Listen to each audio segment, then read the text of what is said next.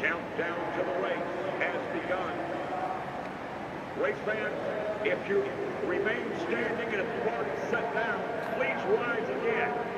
Raise your sign and turn your attention to turn 3 and join Bank of America as we salute our troops at the Bank of America 500.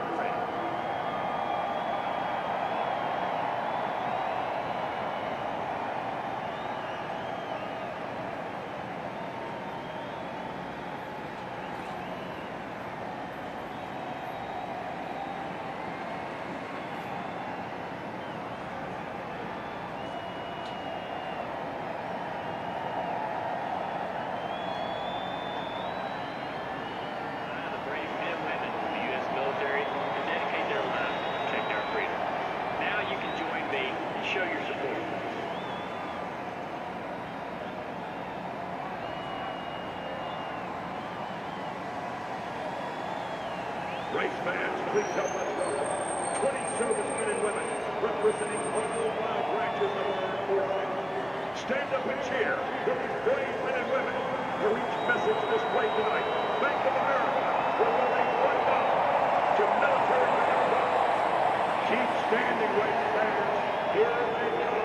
Hold your cards up high and let them see your support.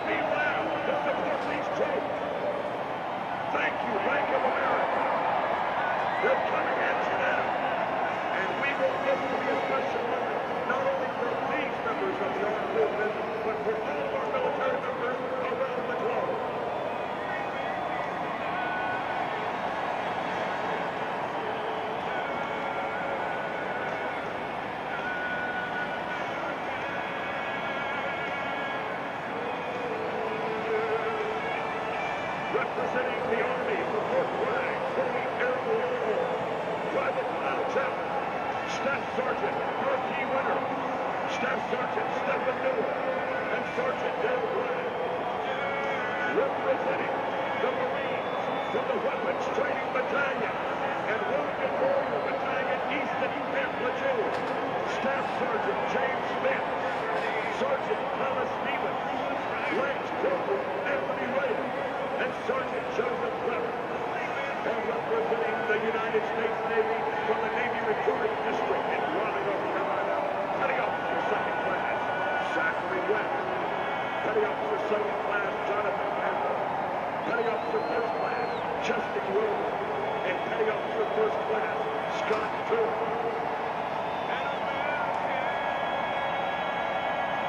And Brian Howard, representing the United States Air Force, from the 440th Airmen, Lieutenant Technical Sergeant Richard Lee, Senior Airman Tabitha Brisson, Senior Airman Marcus Walker, Master Sergeant William Daniels.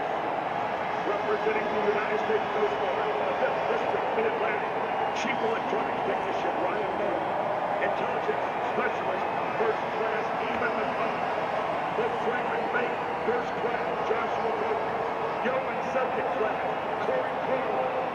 A special thank you to North Carolina National Bank for supplying tonight's convoy vehicles. Thank you, ladies and gentlemen. You just helped Bank of America salute our troops as a thank you for participation. Bank of America is donating $1 for every person expressing their right. Hashtag Troop.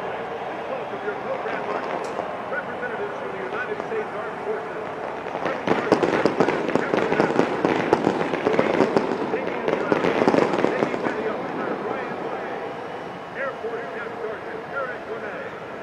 Coast Guard Master Chief Ronald Petronico.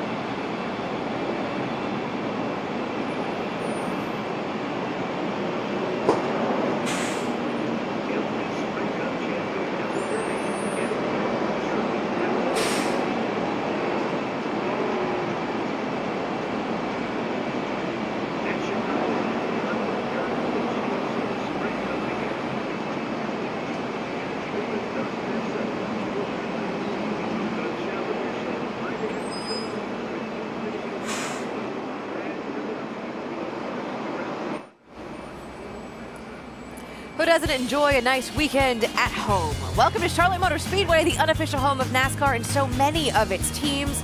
Tonight, it's also home to race 5 of the Chase. We are happy to have you along for the ride as we get ready to go green here in Concord, North Carolina. I'm Nicole Briscoe alongside Rusty Wallace and Brad Doherty. What are you looking out for tonight? The top three guys that I'm looking at. I mean, Jimmie Johnson, Earnhardt, Brad Key. I can't look at just one thing, Nicole. It's all of these guys, because I think 2 of them are not going to make the cut. I'm really worried about that for them. So much on the line with the championship in this. For me, it's going to be engines tonight. You know, as it gets cooler and as we get a lot more grip as we go into the night, the valve train takes a beating. A lot of sustained high RPMs, 200 miles an hour. Let's see who blows one first. Plus, we've had rain. Let's see who can manage those tires. Let's go upstairs to the guys in the booth. Alan Bestwick, Dale Jarrett, and Andy Petrie. All right, Nicole, thanks. So as we get ready to go with the middle of the 3-race contender round in the Chase, for those drivers who had trouble last Sunday in Kansas City, tonight becomes about just one thing. Well, this format was set up for one thing. That's about winning. There's 11 drivers out there that know that this is their opportunity before they head to Talladega next week to get themselves through to the next round, and that's about winning this race tonight. And on a very difficult racetrack with such high speeds, what's it going to take to win? Yeah, if you want a case study on what it takes to win when you have to, Kasey Kahne and Kenny Francis had really proved that at Atlanta. They're really good at getting their car right when it needs to be at the end of the race, when the track conditions are quite different than they are when the race starts. This one's going to be the same way. It's a track that really changes. You got to keep up with it. Kenny Francis and Kasey Kahne are some of the best at doing that. Kasey Kahne's one of those drivers that's outside of that cut right now, that's outside of that top 8. He has an outstanding record here, as does a number of those other drivers with wins. Brad Keselowski, Jimmie Johnson have wins. Dale Jr. is the one that doesn't, but he told us yesterday on the air he thinks he can win this race tonight. So that would help every one of these drivers get their way into that next round. So some things to watch for in tonight's race here at Charlotte Motor Speedway. It's a 500-mile race, 334 laps around this very quick mile and a half. The cars are fired up. They're on the racetrack, and we're closing in on the start of this one tonight.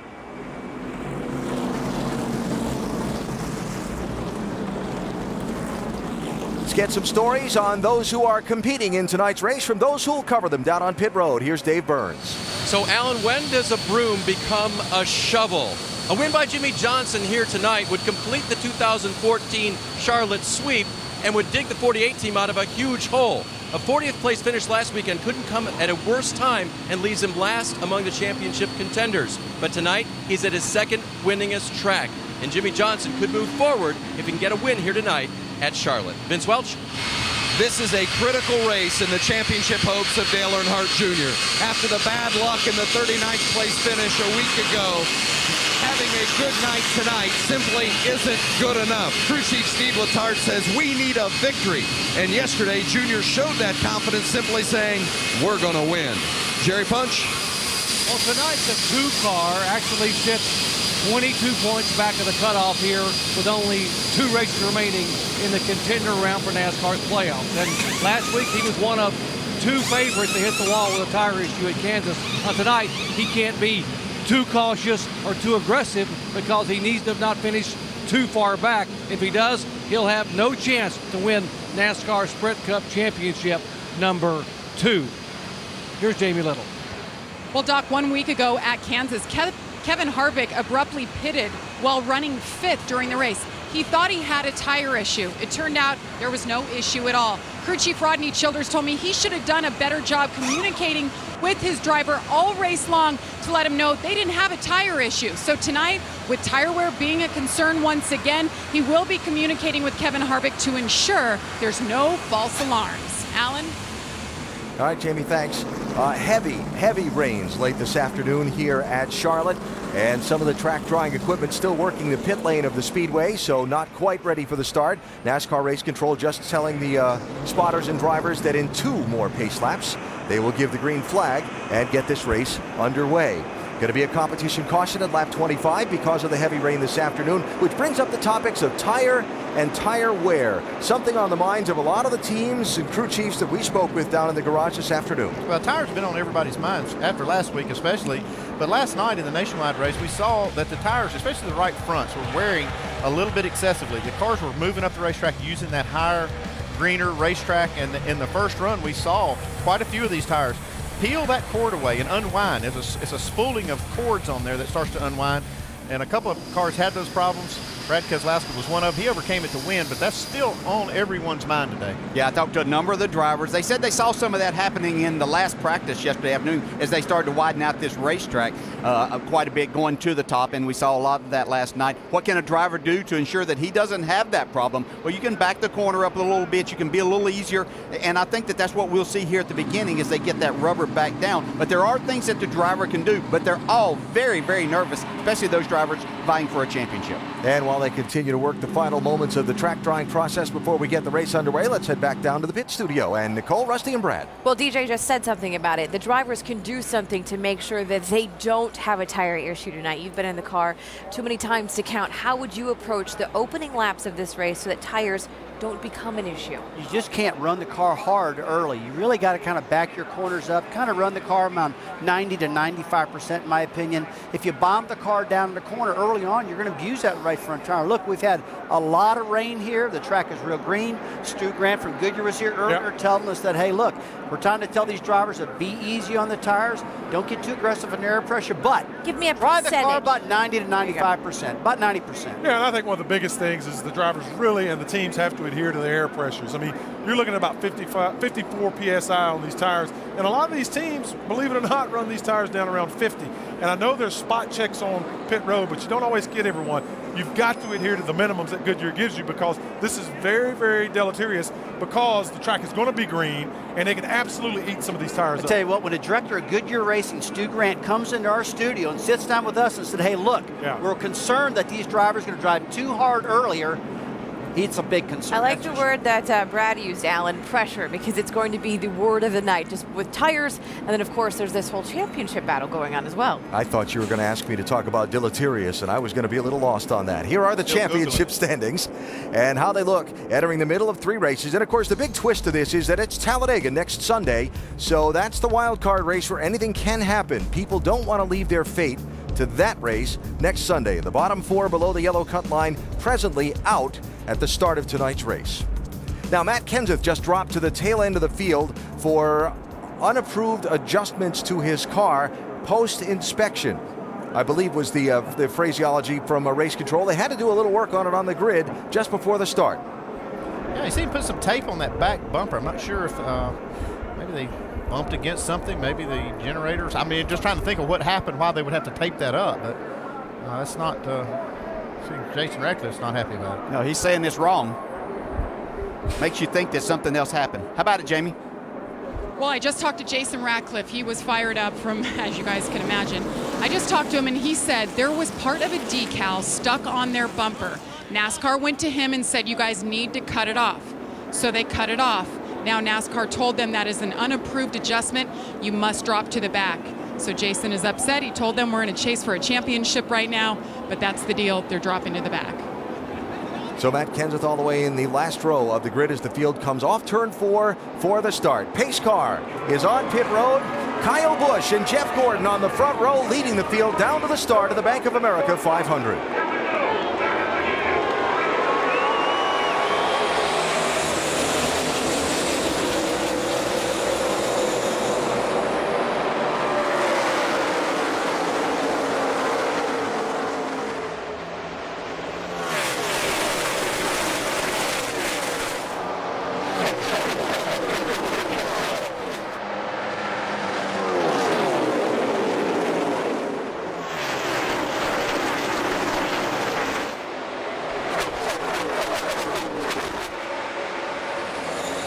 Kyle Busch leads lap 1, super aggressive on the start. Jamie McMurray in the 1 car and Kevin Harvick in the 4. McMurray went 3 wide in turns 1 and 2. Harvick went 3 wide below Ryan Newman on the backstretch into turn 3. Yeah, immediately Jamie McMurray went all the way to the top of the racetrack. The car towards the back of the pack now, the very last car that got into the wall a little bit up in turns 2 and off of turn 2. That's Brett Moffitt. Dale Jr. with a slide up the track, turn 4 in the 88. You'll see the cars running through smoke in turn number 2. That's from the pyrotechnics that they used with the command to start engines. It's kind of hanging in a haze here over the racetrack a little bit and not dissipating as quickly as maybe the drivers might like. That first lap, plenty fast, over 191 miles an hour.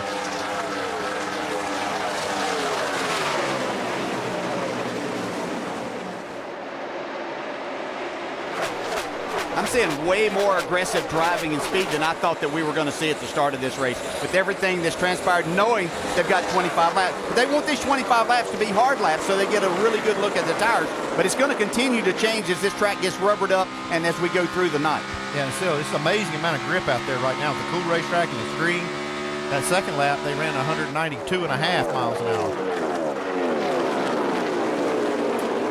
Just visibly fast. I mean, you can just watch them go through the corner. It just looks so fast. Talked about McMurray in that 1 car just ahead of Eric Almirola that we ride with. Jamie started in the 18th position, went 3 wide in the first couple of corners. He's already up to 12th as Kurt Busch, 41, picks up 6th position on Ryan Newman, 31. Yeah, Kurt Busch actually set the track record the other night in the second round of qualifying. Wasn't able to back that up in the final session, but he does hold the track record for fastest lap around here. Been fast in all the practices, as has his teammate here, Kevin Harvick, in the 4.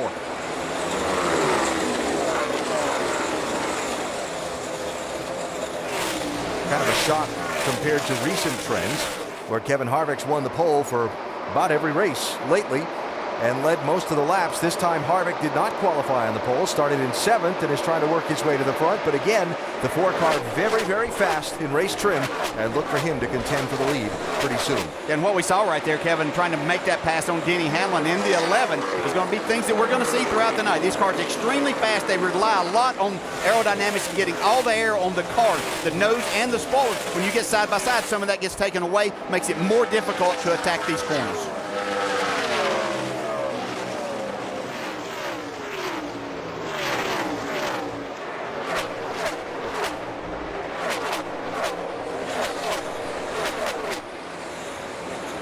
That third car in line, Tony Stewart. This is about the best we've seen out of him lately. Car really fast all weekend long, had good practice session, qualified good, started off really strong.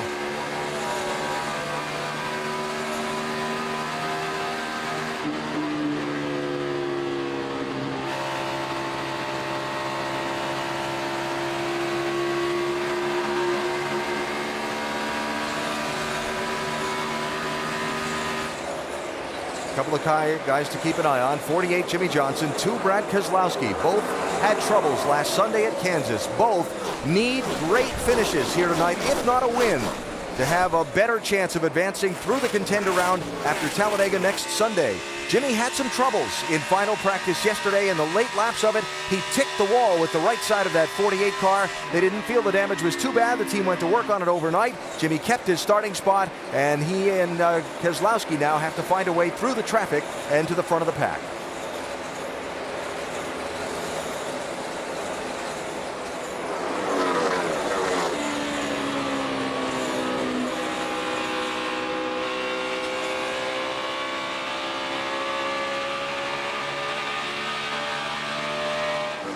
Clint Bowyer, 15, winner of this race 2 years ago, 2012.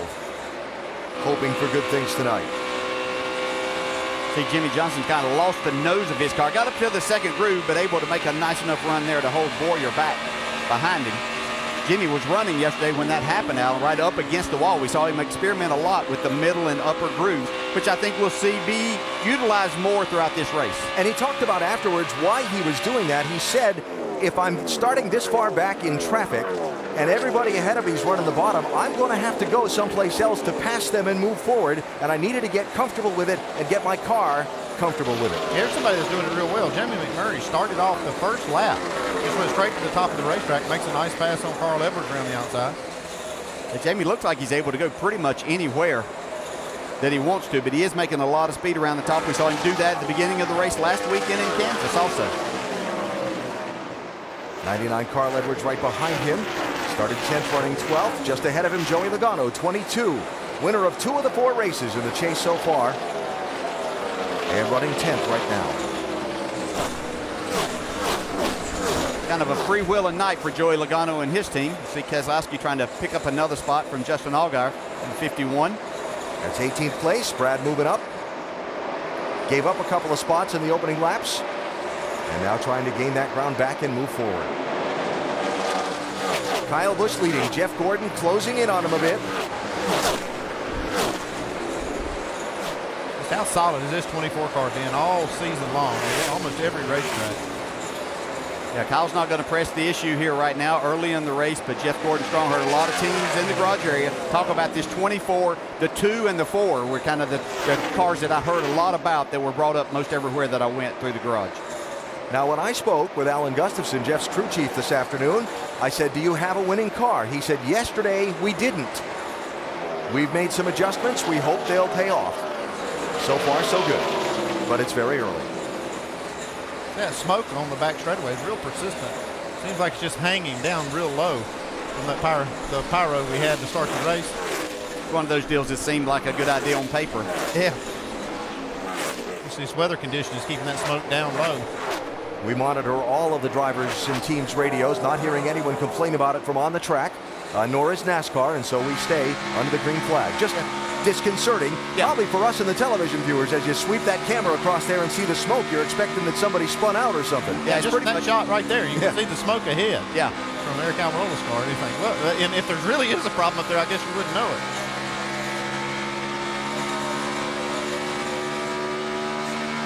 This is really what the drivers, the teams, even Goodyear was hoping for, that we could get through these 25 laps, all green flag run, to get an idea of exactly what they have to deal with the track here.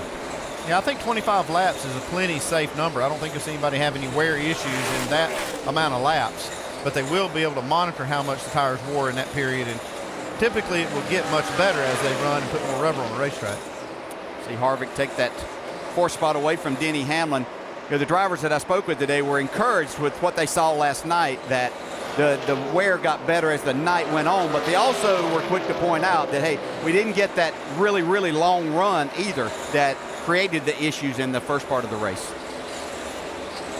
So Kevin Harvick up to 4th, Denny Hamlin back to 5th. And Harvick 3.4 seconds behind Jeff Gordon, the race leader.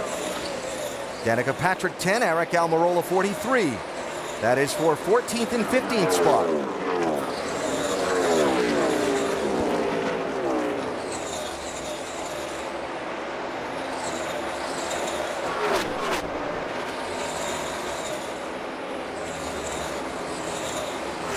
Kyle Larson right behind them in the 42. One to keep an eye on, shown a penchant lately for his team getting his car better through the course of the race and rallying to the front to be a factor in the finish. Yeah, it seems like he doesn't really charge to the front early in the race.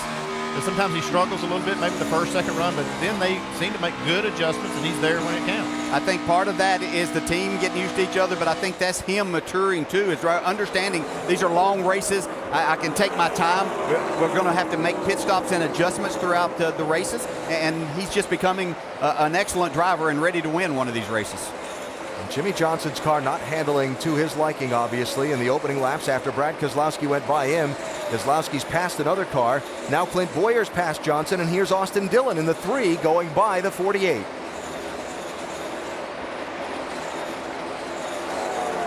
And Joey Logano, 22, passing Brian Vickers in the 55 for 12th place.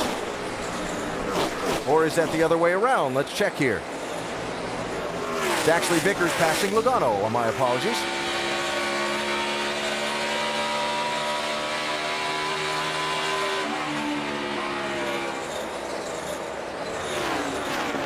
I think probably what we're seeing from Logano is just the opportunity to take it easy here in the first part of this race, not push the issue, not have any problems before we have this competition yellow, and work on his car. He knows it's a long 500-mile race. Yeah, I'll be shocked if he's not right in the thick of things at the end.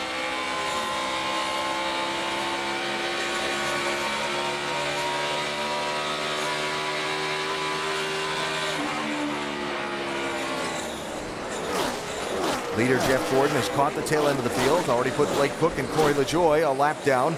That 66 car, you just saw the leader pass slow on the apron, is Brett Moffitt, who was the car DJ mentioned at the tail end of the field that scuffed the wall a little bit in turns 1 and 2 in the opening 2 laps. And he's made 2 trips down pit road now to try and fix what ails that car.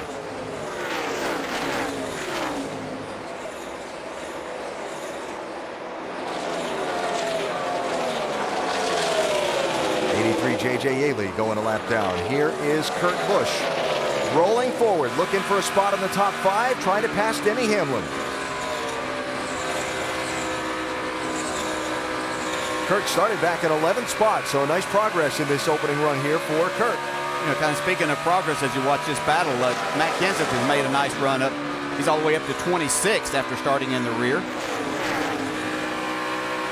Sure that there was probably a little bit of fire under him.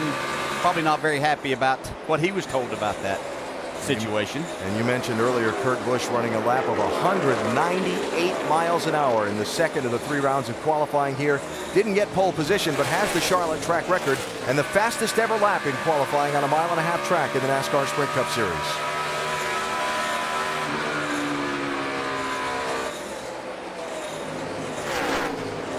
So if you joined us here on ESPN3 to start the race will be going to ABC television in less than 30 seconds. So if you'll transition with us there, our coverage will resume there right about the time the competition caution comes out. We'll catch the first round of pit stops and resume the Bank of America 500 on ABC. Next, Jeff Gordon is the race leader.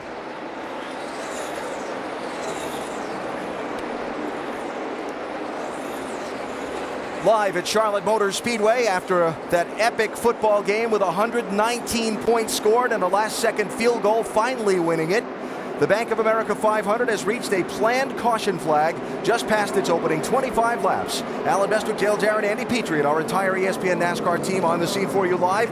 The opening of the race has gone caution-free to this point. Kyle Busch led the opening 13 laps. Now Jeff Gordon passing Kyle at lap 14 and leading to a planned caution by NASCAR, a competition caution after an afternoon rain. Couple of things to catch up on that have happened so far. Yeah, Matt Kenseth here had to start from the rear because of an unimproved adjustment to their car, which was basically a decal, is what we're being told. And you can see crew chief not very happy about the situation. He went to the back, but he did move forward pretty quickly. Made up a lot of spots. And as I mentioned, Kyle Busch in that lime green car started on pole with Jeff Gordon alongside. Kyle led the opening 13 laps of the race, then Gordon rocketed around him and took the top spot. Yeah, Jeff Gordon utilized kind of the middle groove of this racetrack to make a nice run towards there. Kyle Busch not putting up much of a fight at this point in time for that top spot. That'll change later. A heavy afternoon downpour here washed the track free of all the rubber that had been worked into it through the week's practice and qualifying. Thus the reason for this competition caution by NASCAR. Pit road open for the lead lap cars here. Downstairs to Dave Burns. 2 ends of the track. Tony Stewart likes his car in 3 and 4. In turns 1 and 2, when it lands and compresses, it's too tight. They'll make a wedge adjustment, 4 tires, Sunoco fuel. Vince? Jeff Gordon, who pits as the leader, really good early in the run, then start losing the front on entry later in the run. 4 tires and a half round down in the right rear. Doc? Pole sitter Kyle Busch led the first 13 laps and then said the car began to channel the rear and slide up off the corner. Said, I am free on exit when I get back to the throttle. Chassis adjustment, right rear, 4 tires, and he's away. Going to be some teams play a little strategy here for track position. Dale Earnhardt Jr.'s team and Danica Patrick's team going with right side tires only to move up, as you can see, to first and third.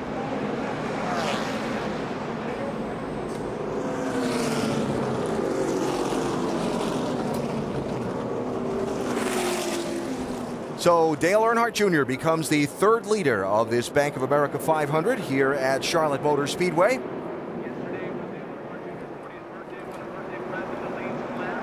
And as we dive into our coverage of tonight's race, a look at some of the high-definition onboard cameras we have for you to take you inside the action. Tony Stewart has our Mobil 1 on board tonight. And Clint Boyer has the 5-hour energy camera. Joey Logano, the championship leader, has our Shell Pennzoil on board. And Kurt Busch, who's moved up nicely in this opening run with the State Water Heaters onboard camera. Kyle Larson has the Energizer on board. Eric Almirola carrying the Smithfield Ham Cam. Jimmy Johnson, the 6-time champ with the Sunoco on board, and the leader Dale Earnhardt Jr. has our Nationwide Insurance onboard camera. And under the caution flag, we check down in our ESPN pit studio. Here's Nicole Briscoe. Well, this is race 5 of the chase, but more importantly, this is race 2 in round 2 of the championship. So after what we saw in Kansas, there are a number of drivers we're keeping a close eye on tonight. Jimmy Johnson, Brad Keselowski, Dale Earnhardt Jr. Kansas did not go well for them, and I know you are concerned about 2 of them. I really am. I don't think that 2 of them are going to make the transfer. I think just one of them. Brad Keselowski's the favorite right now. He won the nationwide race last night. He's looking really good. I'm really concerned for Jimmy Johnson and Dale Earnhardt Jr. I think, Nicole, 2 of these people are in big trouble. These drivers are. They're going to miss it. I really do. Calm down, guys. It's not going to happen. These 3 guys drive for 2 of the biggest teams in all of us. I said one of them are going to make it. They've got their resources together. They all run well here. I think they'll all finish in the top 5, and the world will be perfect. It's not often that I agree with our dub here, but I will say this: Brad Keselowski has gone up. He's won races. He's won races in the chase. He's won in Chicago. He's led laps. Jimmy Johnson and Dale Earnhardt Jr. really haven't done that. I mean, Dale Jr. was leading last week, but they haven't done that with consistently. Well, thanks a lot. That's the reason for my concern right now. The 48's been in trouble all year long, and now of late, Dale Earnhardt Jr. has been pretty inconsistent, although he looked pretty good last week, but blew a right front tire. So we'll see what happens, Nicole. Oh, all the things are watching tonight, Alan. And a lot of them to keep an eye on, Nicole. One special moment that happened just before the start of tonight's race we want to show you because it was really terrific. Thousands of fans rose to their feet here in Charlotte and gave service members and veterans here with us at the track a very heartfelt standing salute. Bank of America is donating $1 for each person expressing their thanks tonight to the Wounded Warrior Project, and welcome back, veterans. It really was terrific to see.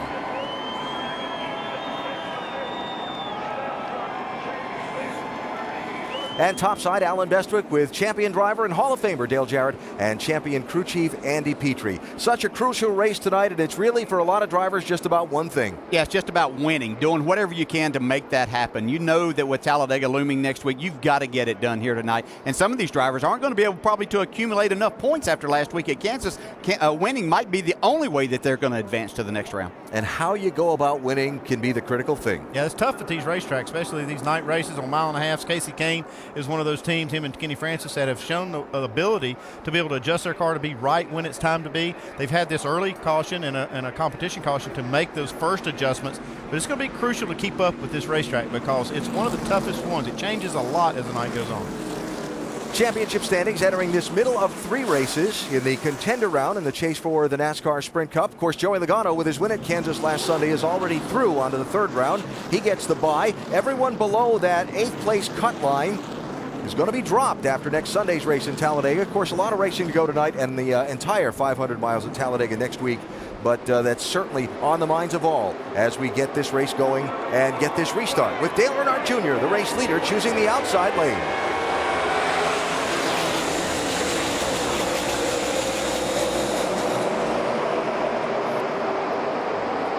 Kyle Busch through Jr. for the race lead.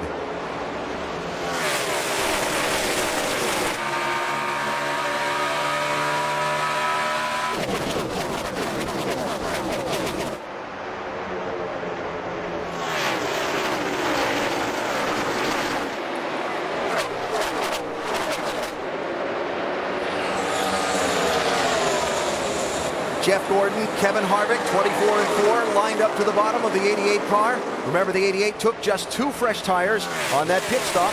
He was 9th, came out with the lead. Now he's racing for 3rd.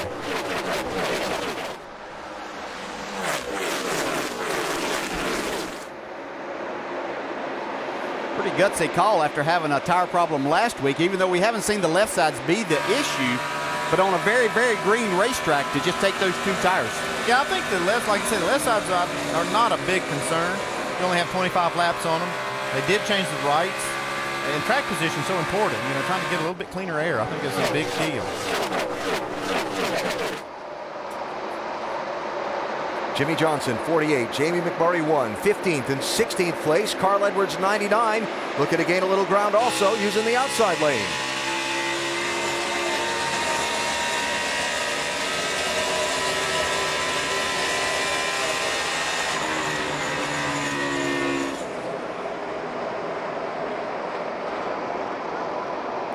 Newman 31, Larson 42, first side-by-side in the row. Now that goes out single file. That was for 12th place. Larson picking up the spot. Here's 3rd place. You can see Harvick get on the bumper there. Really freed Junior up on the exit of the corner. He's trying to make this pass.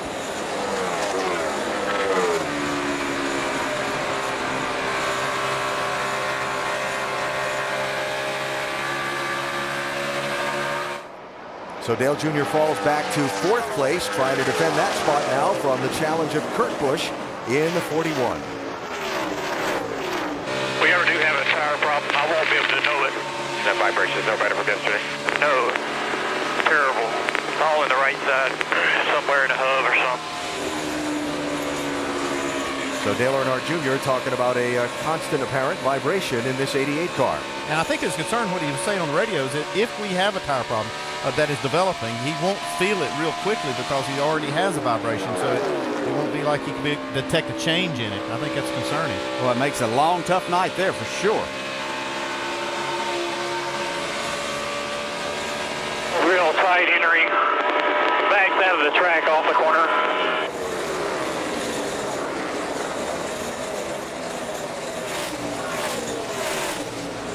The problem it sounds like he has there, tight entering the corner, says it's banging off the racetrack.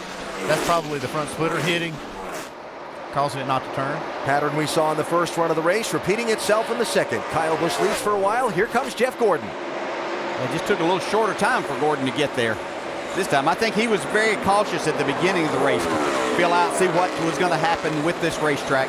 How much grip did he have and how fast could he really go? I think he's found that out. Well, his car looks really good right now, but just like I was saying earlier, this is a different racetrack you're going to see later on tonight.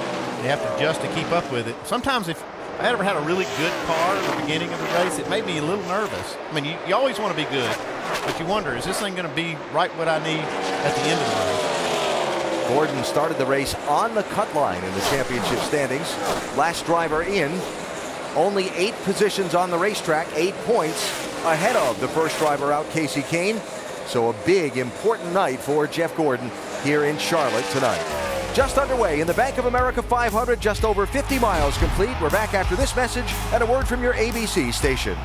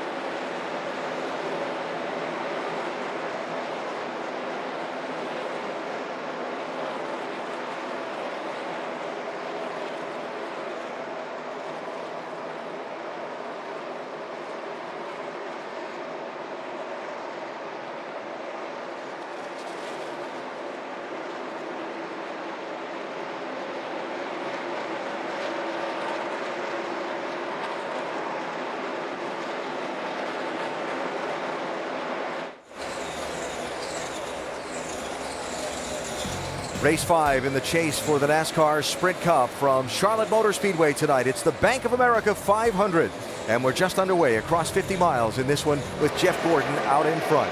It's Gordon, Harvick, Kurt Busch, Kyle Busch, and Dale Earnhardt Jr., your top 5. And a reminder, if you're looking for Spanish language commentary tonight, the broadcast available in Spanish by activating your SAP button, and it is presented by ESPN Deportes.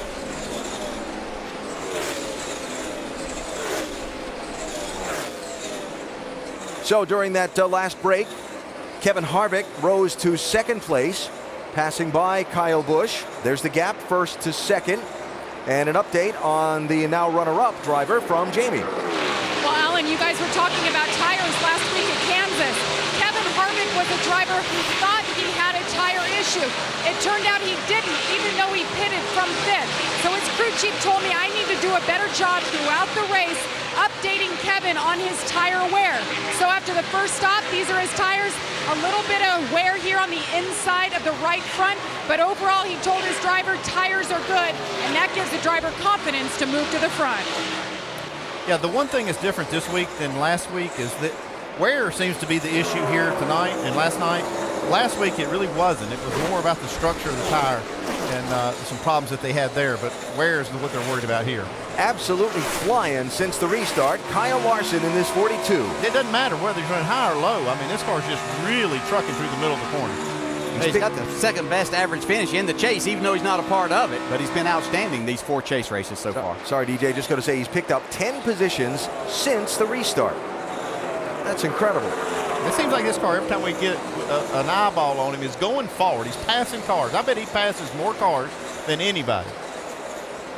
So Larson just ahead of Brad Keselowski, who's running in 9th place and has again picked up some positions from where he started back in 17th.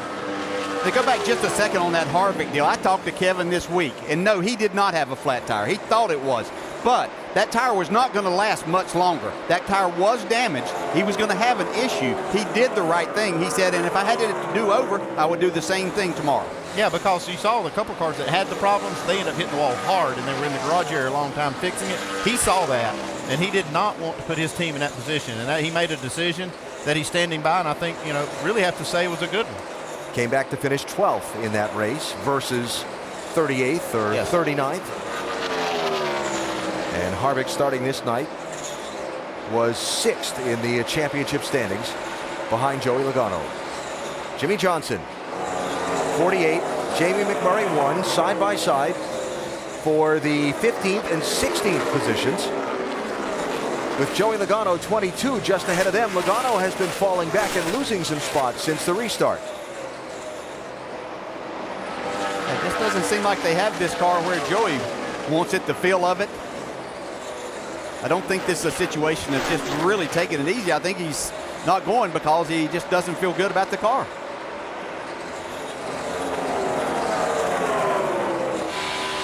Got to be against the wall to have any kind of speed. If I try to bottom, I'm really tight. Hey, there's a situation. Makes it really difficult to have any speed when you're tight here and you're trying to find somewhere to run. On the bottom, you have to put too much wheel in it. That slows it down through the center. You try to move up around the top of the racetrack to carry some speed, but you've got to give yourself enough room with that tight situation not to hit the wall in the center of the corner. They've got some issues there, Doc. They really do, DJ. In fact, Todd Gordon told me, and I talked to Joey before he climbed in the car, the last 2 times they have been here, their car has been way too free to drive. They wanted to go the other direction to try to make the car tight, figuring it would free up as the night went on. Well, they've gone a little too far. As you heard Joey said, too tight on the bottom, and I've got no speed up top, so they can't get the car to turn. But they'll make an adjustment. Right now, he's got what he's got. Yeah, I think he is too tight, but this track will free up from everybody I talked to. And I'm sure Todd Gordon trying to stay ahead of that. They're paying the price for it in the early stages of the race right now, though. We've seen that work out before here in these long races at Charlotte, as conditions change so much on this racetrack over the course of 500, or as in the case of the May race, 600 miles. Joey Logano, the championship leader, running back in 16th place now, already with a pass through to the next round with his win last week.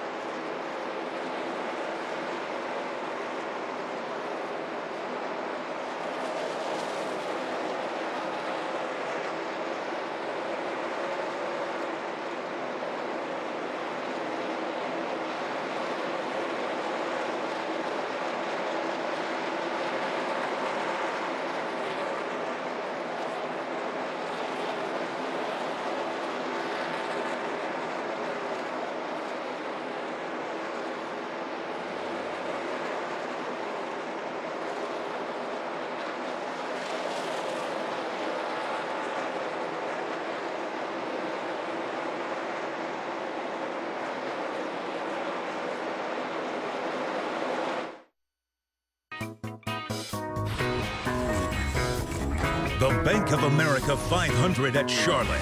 Brought to you by Bank of America. The beautiful skyline of uptown Charlotte, North Carolina, tallest building there, Bank of America headquarters.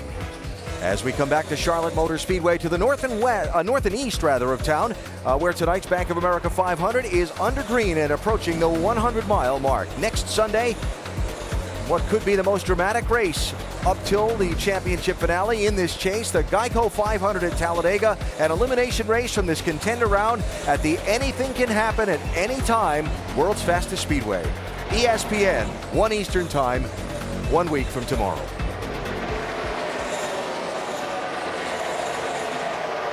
There's the gap, first to second. Jeff Gordon to Kevin Harvick, 0.8 of a second.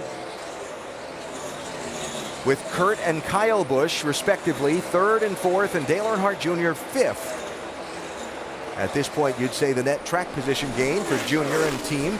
Yep, the right side tire call worked out okay. Yeah, so far it has worked out good for the 88 team. Looking at Danica Patrick, the other one that took 2, not so much. I mean, she was running 14th. She's now 19th as they run. And Kevin Harvick in the 4 had closed up to about 2 car lengths off of Jeff Gordon's bumper.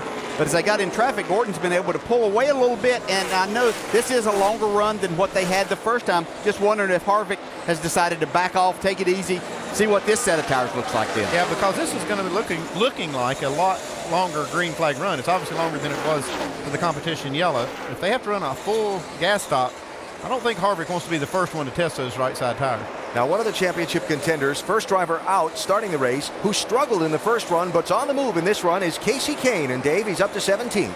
Alan, his car was free off on the first run, but they made adjustments for it. And Kasey said it's still a little bit free off the corners, but at least the corner is now connected, so he likes it a lot better. Crew Chief Kenny Francis told me this morning, I'm not sure what direction we're going to go because our teammates were sort of all over the place, and Kasey had his own ideas, but it appears they've chosen right for the 5. Alan? Well, when you come here to Charlotte and Casey's got different ideas, I believe I kind of go with those because he's so good here.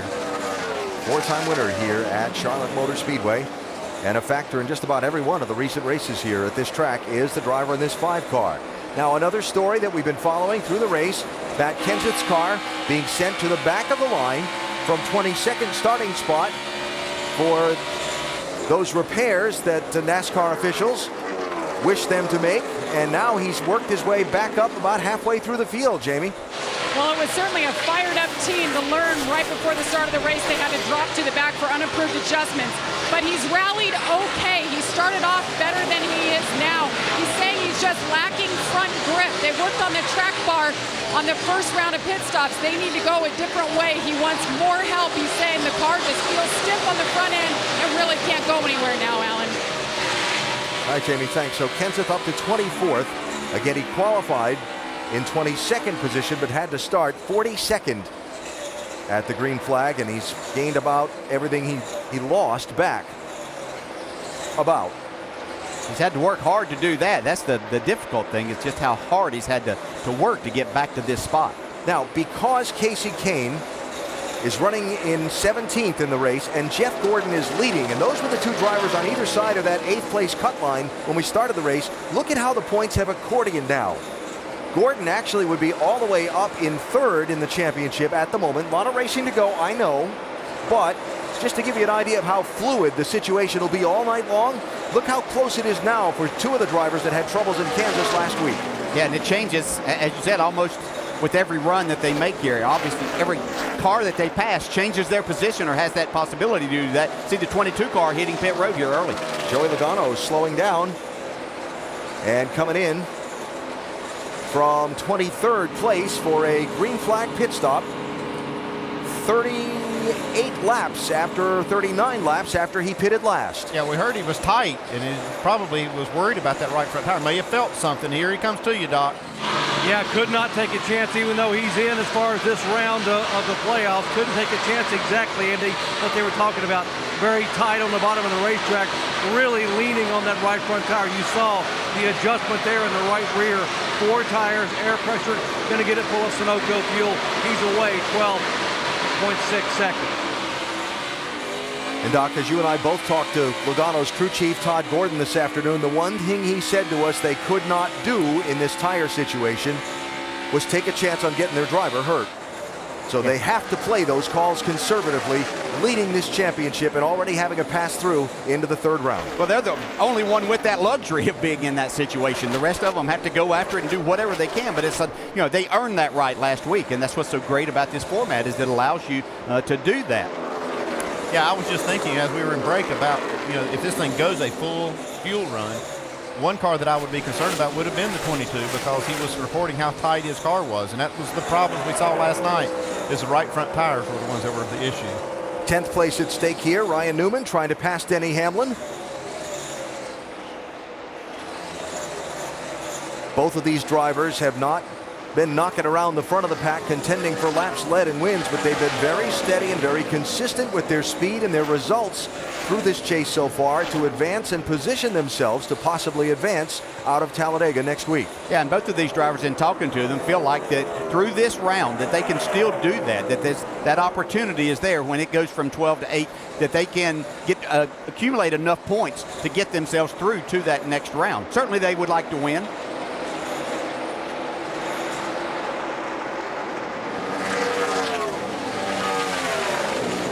Mentioned Danica Patrick sliding back a little bit. She's on pit road, Jamie. Just struggling with an ill-handling car, saying she's doing all she can. She just can't get around the corner. So they're making some chassis adjustments, 4 tires to help that car. Dave? Eric Almirola is in for a pit stop. He'll get his 4 tires and Sunoco fuel and be gone. The floodgates are going to be open on this round of pit stops now, and in fact the top 2 wooing up off turn number 4. Jeff Gordon followed by Kevin Harvick down the pit lane here as they complete the 75th lap of this race on pit road. Jamie? Very first pit box, it's a little damp, so the team warning Kevin when he came in to slide his tires, don't go through the box. He said it's turning well, he just needs a little bit of rear grip, late exit. 4 tires, they'll fill them up with Sunoco fuel, Vince. Jeff Gordon tight in, loose in the middle, tight off. Chassis adjustment, 4 tire change, and Sunoco fuel for the 24 of Gordon. Dave? Bike car of Casey Kane is on pit road, drove his car up toward the top 15. He'll get a track bar adjustment this time. The back end is too free, he said, still. So they'll make that adjustment, 4 tires Sunoco fuel, and send Casey on his way. Kurt Busch took the lead when Jeff Gordon pitted. Now he's on pit road. His brother Kyle follows him in. You see a lot of business down there for the pit crews and the pit reporters. Dave?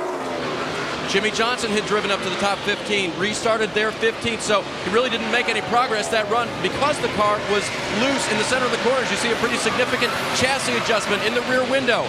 He'll get his 4 tires, and Jimmy will return to the track. Doc?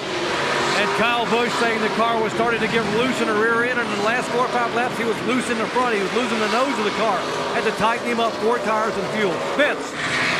The 88 of Dale Earnhardt Jr. says it's free in the middle, off the turn. That's where he needs the most help. So they're going to make a chassis adjustment, 4 tire change. It really gets good after the first 15 laps of the run, so they want to make it better for the first 15 laps. Dave? In the first run, Ryan Newman's car was tight and went loose after they made the adjustments, and then it got tight again. So it's kind of doing that cycle every time. He ran in the 11th position during this run. They added tape to the front and put wedge in that 31 car. Brad Keselowski took over the lead after Kurt Busch and Dale Jr. pitted. Here's Keselowski down to his crew's attention. They are being very conservative with camber and air pressure, and you understand why. They need these points to get a good finish. Going to go 1 round down the track bar, right rear. You understand that the car has been very free. They've made an adjustment with the air pressure, left side tires. Flawless pit stop for Brad Kay. So that'll complete the cycle of pit stops, and Jeff Gordon goes back to the race lead. His lead over Kevin Harvick's a lot more than it was when the cycle started. We'll document that when we come back to Charlotte.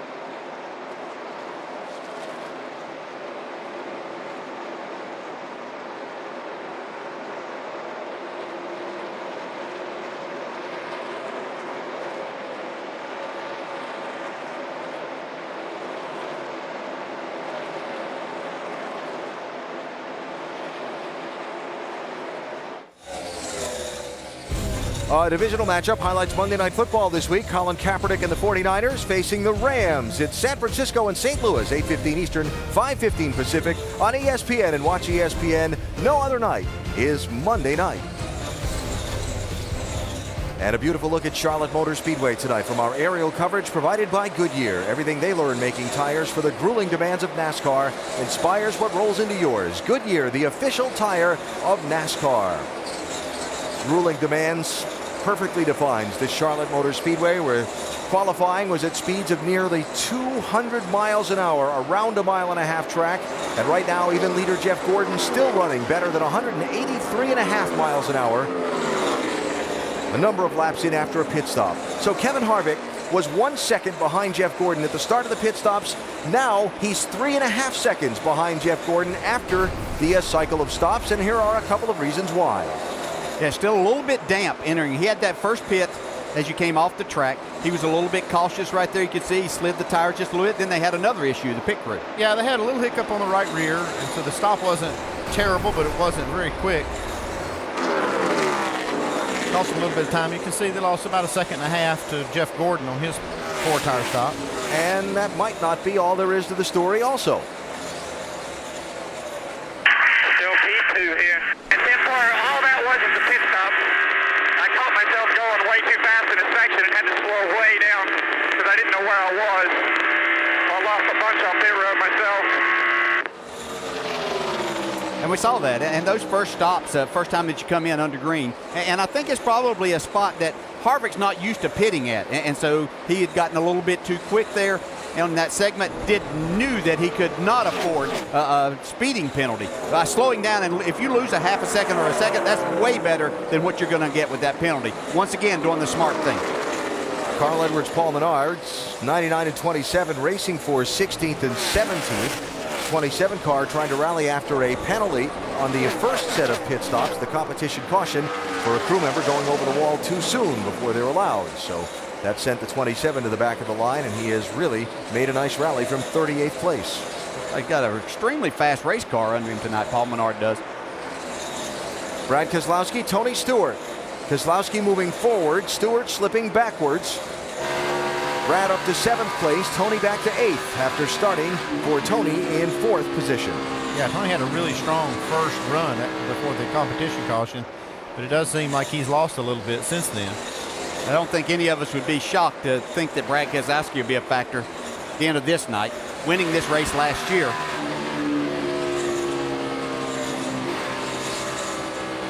Good solid run for Tony Stewart, though.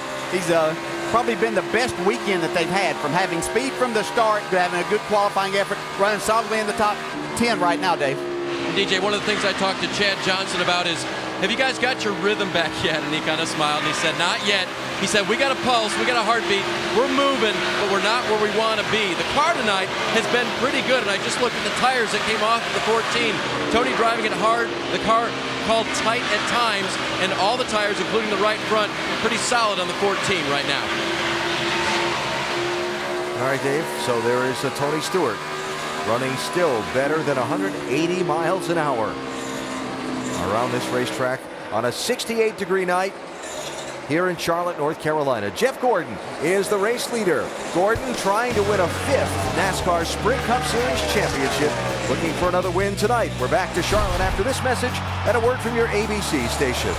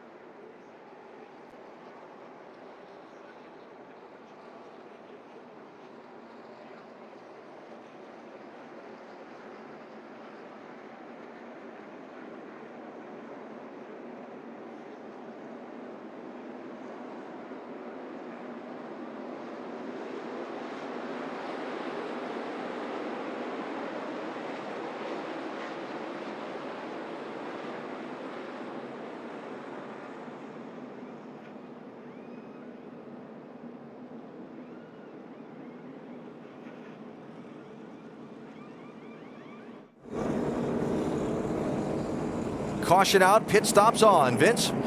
Jeff Gordon, he's led 70 laps tonight. He really likes his race car. 4 tires, fuel, no changes for the 24. Doc. Kurt Busch said, I am tied in, loose off, need drive off. They're going to do a half-pound air pressure left rear and also a track bar adjustment. Kyle Busch saying, I need wedge. They were going to do 2 tires, opting to go 4. So the car feels very sloppy, talking about the 18, and he will be in line coming off pit road.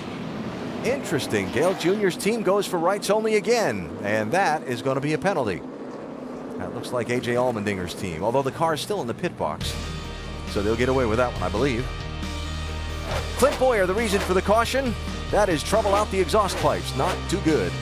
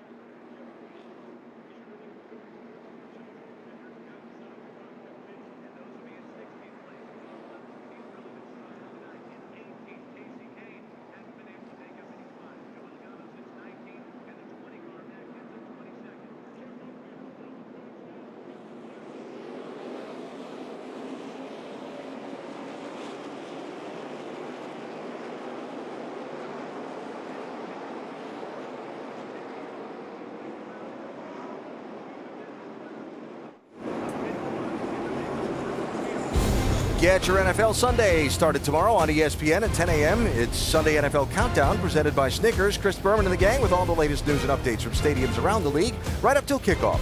And before you set your lineups, catch our experts as they provide the latest news, injury reports, and predict the top performers on Fantasy Football Now. Presented by Papa John's, 11 a.m. on ESPN2. Both also available live on Watch ESPN. Dale Earnhardt Jr., the race leader, as we're doubled up to go. Jamie McMurray's alongside him. Jeff Gordon third, and Kevin Harvick fourth. Another small hiccup on the pit stop for this 14. Listen to the air inch on this right front. A little bit intermittent, like you're having a little problem with it.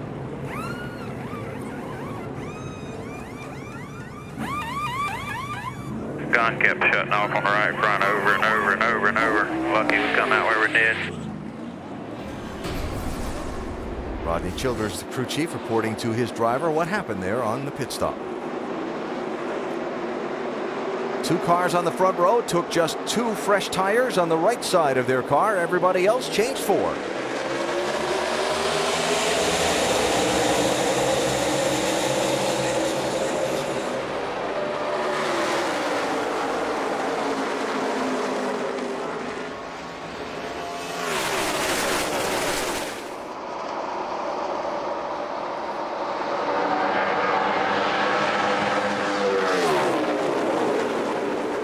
3 wide to turn 3. Kyle Busch down low as up front, McMurray around the outside of Earnhardt Jr. for the race lead.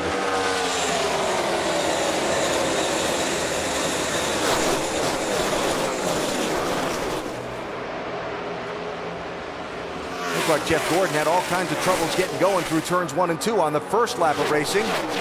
Now seems to have it wound back up. Looked like he slipped as he tried to go back to the throttle down in turns 1 and 2, but got it full bore. Now, it looked like Kyle Busch is having some issues on this restart. He's lost quite a few spots now.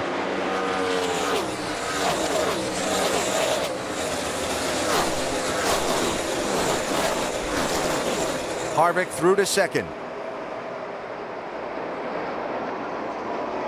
And look at that light blue number 2. Brad Keselowski, after the troubles in Kansas last week, came into this with a, if not must win, must run well. Started all the way back in 17th place. He's running 5th and looking for more.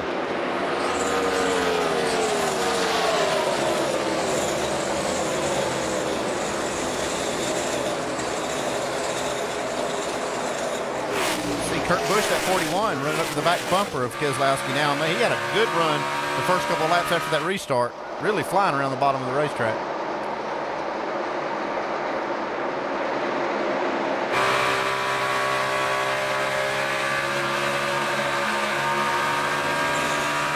Kurt to 6th.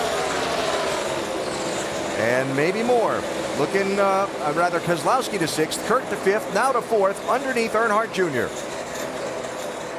This two-tire deal, I'm not sure about. Junior hasn't led once it went back to green yet. Either time he's able to do that. He was able to hold on up in the top 5 the last time. Going to have a lead change up front here too. Here's Kevin Harvick with a roll on Jamie McMurray.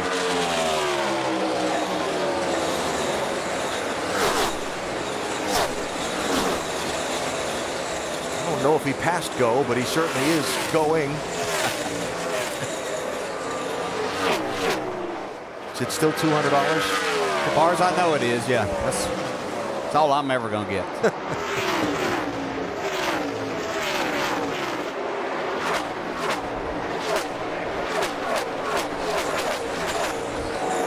Clint Bowyer's car reported retired from the race with an engine failure. Car smoking off of turn 4. It looked like it believe it's 13. Yeah, Casey Mears. Little right rear damage on that fender. The left rear looks like it's rubbing. It's not going to last long right there. Left rear tire rub looks like.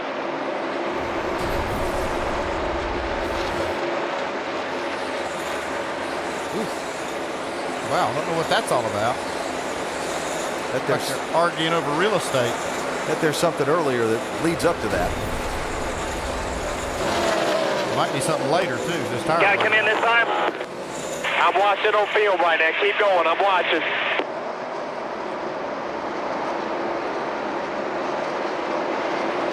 Yeah, come on. Pull it back. That's a good call. Yes, that is.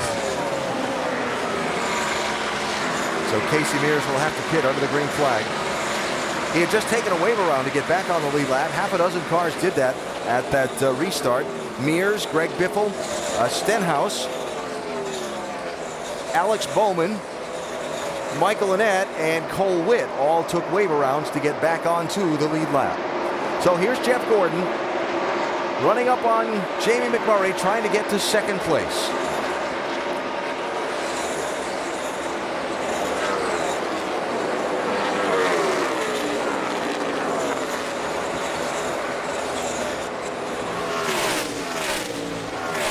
And behind them, Brad Keselowski has repassed Kurt Busch, and Keselowski running 4th. Yeah, Keselowski's made a great run towards the front here, certainly. Getting himself. I thought it would take a little longer than this for him to get up inside the top 5, but he'll be a factor here tonight. So second place changes hands. Jeff Gordon by Jamie McMurray. But he's going to have to use his long-range vision finder to spot Kevin Harvick. Look at the gap that Harvick's put on since taking the race lead in just a few laps.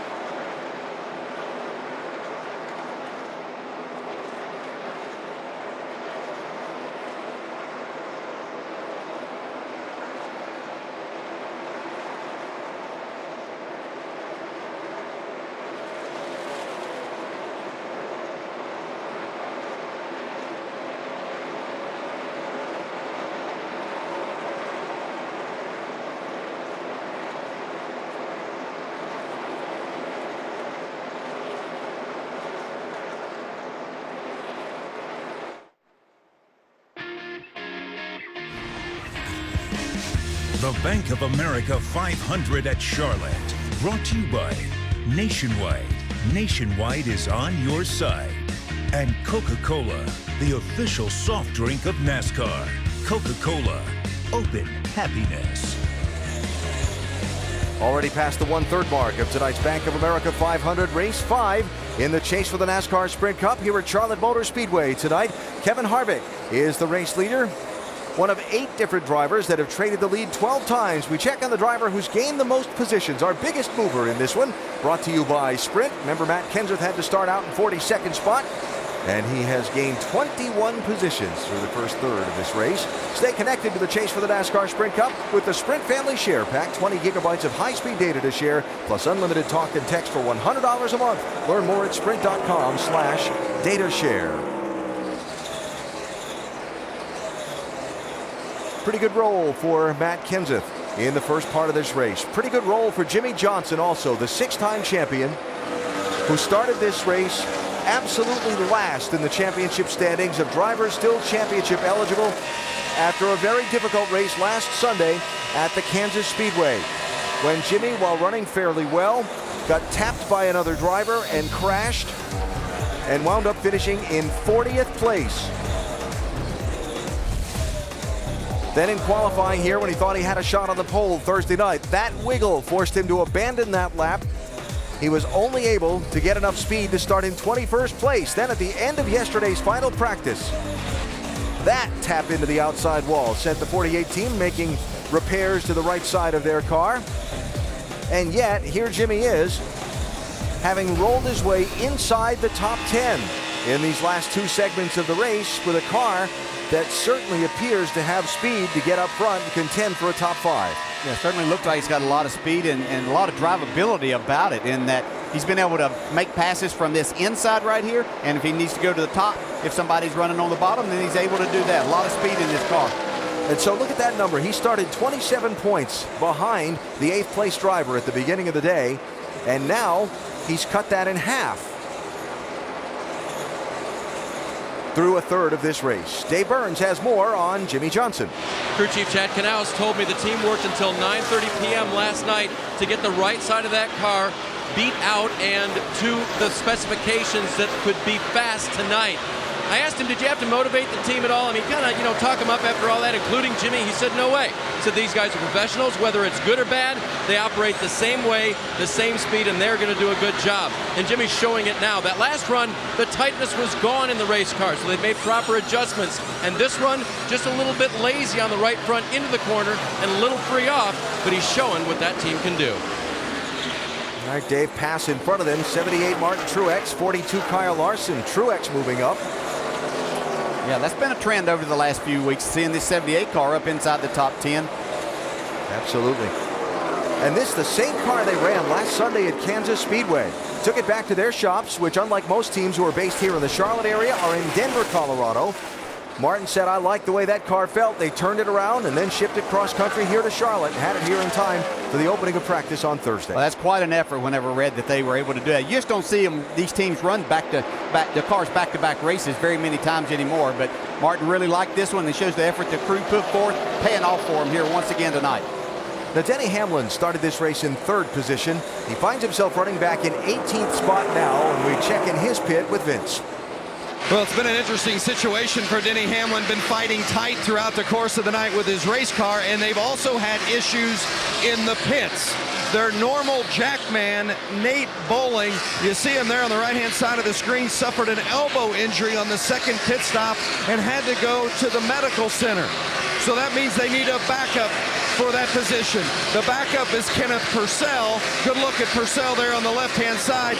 He will go from helping lift the fuel cans to now jacking the car, and they'll have someone else actually assist with lifting the fuel cans. So the depth of this 11 pit team really going to be put to the test. Known as one of the best pit crews on pit road, really going to have to show it and go to work here tonight. These are athletes that are recruited and train to service these cars. Their footwork is studied, the weight training, the efficiencies getting around the car, and there are injuries that happen. All of these teams have backups that train as well, farm systems, if you will. And so Denny Hamlin's team has to go with next man up here tonight in Charlotte in a crucial situation. Yeah, a lot of teams travel these backups for their pit crew, but this being in the backyard of all these teams, most of these guys would be here anyway, so it's good to see they have a good backup ready to go. And the other thing they're going to have to do is work on this race car a little bit for Denny. Struggling on the track with this 11 car right now. Started up in 3rd place in this race, as I mentioned before, racing Austin Dillon there for 17th and 18th position. Hamlin, the championship runner-up of a few years ago, coming off a 7th place finish at Kansas City last Sunday. Racing here, trying to get back into the top 10 at Charlotte. Back after this from your ABC station.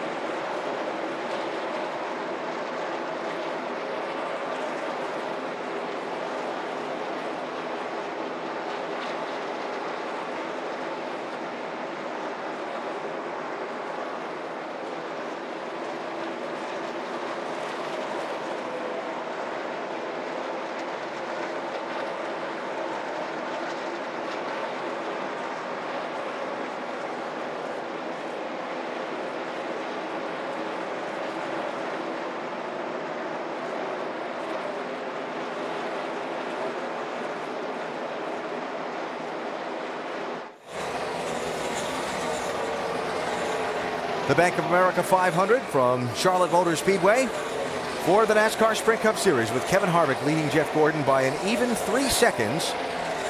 The Danger Zone brought to you by Nationwide Insurance. A look at the championship standings at this point in the race, where they run on the racetrack in the right-hand column, and what the bubble picture looks like with still 200 laps to go in this one.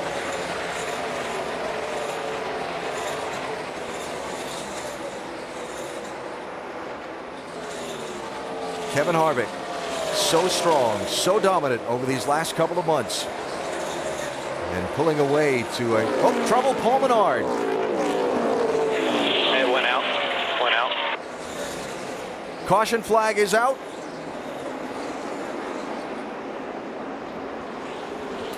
Hey, go to the garage, guys. 4 stands up in the... That's Slugger Labbe, the crew chief. This is his final race, heading the effort for this 27. Talked to Slugger in the garage today. Was hoping to go out with a trophy. They certainly had a fast race car while it lasted. Boy, that thing really blew up, though. Yeah, you could tell that he felt something, probably tightening up as he was going down the back straightaway, got down out of the groove. That thing completely let go. He'd gotten up to 12. See the trail of oil behind it. Yeah, that's not too good, is it? Not going to fix that one. And I see Clint Boyer there in the gray T-shirt, just waving at Menard, walking by. Like, what? I think that was Clint. Yep. So Phil, he had the same fate earlier. Yeah.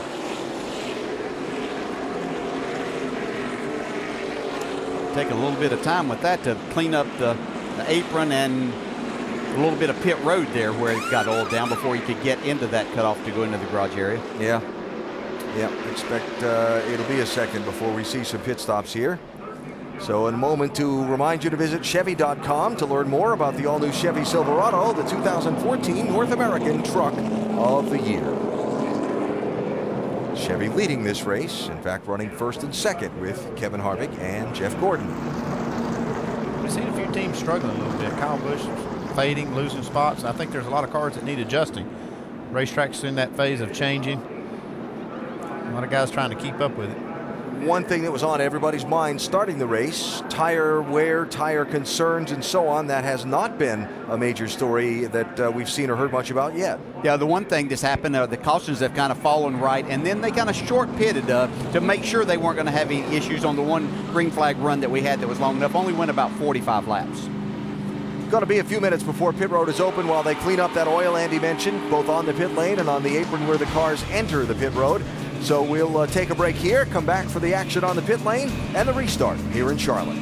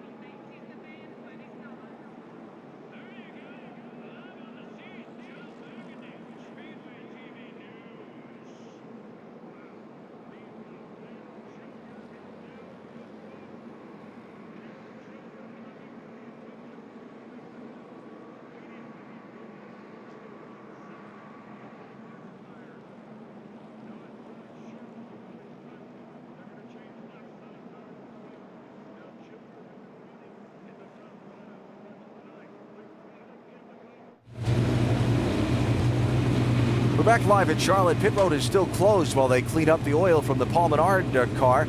But Dale Earnhardt Jr. has come in early with a problem on the 88 car, Vince. Junior radioed in and said the gear shift had broken off in his hand. And there you see the crew member who's leaning in the car trying to reattach the top of the gear shift there that broke off.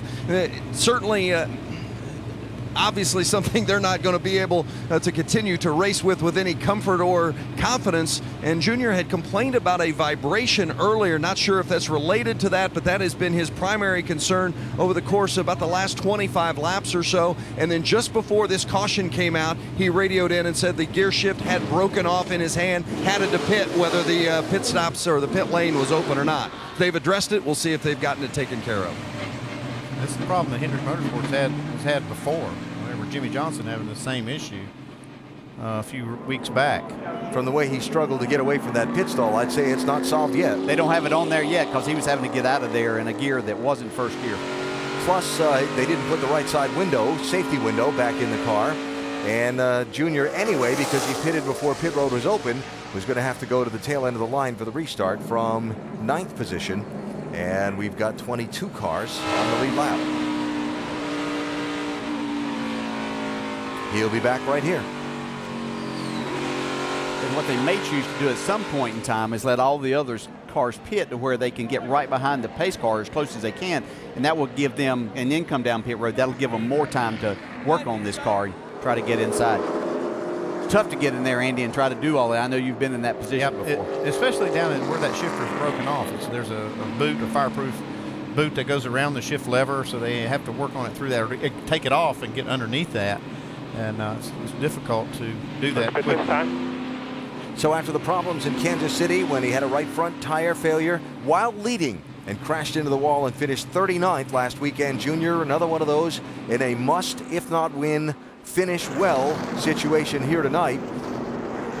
And just past a couple of 100 miles in this one, he's going to have to give up all his track position and go to the tail end of the line.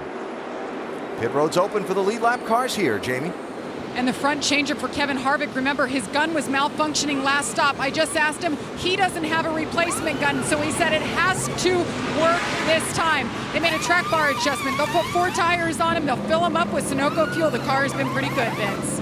Now the one of Jamie McMurray in traffic, the car hasn't handled the way he wants to. He said when he's got clean air, he really likes it. They're going to make a chassis adjustment, 4 tire change. For Jeff Gordon, tight center, and it's not as comfortable on entry as he'd like. 4 tires and a track bar adjustment, Doc. And Brad Keselowski a little bit free in traffic, so that's a good thing right now. They put 4 tires on and still had a little bit of wedge in the left rear. He will hustle down pit road. Looks like he may be 3rd off on this stop. And while all those cars head back onto the racetrack, they're back inside Dale Jr.'s car, trying to fix that shifter handle and get the 88 back in competition-ready mode. Restart coming up. Dale Jr. will be at the back of the line for it. It's a tough luck night here in Charlotte right now.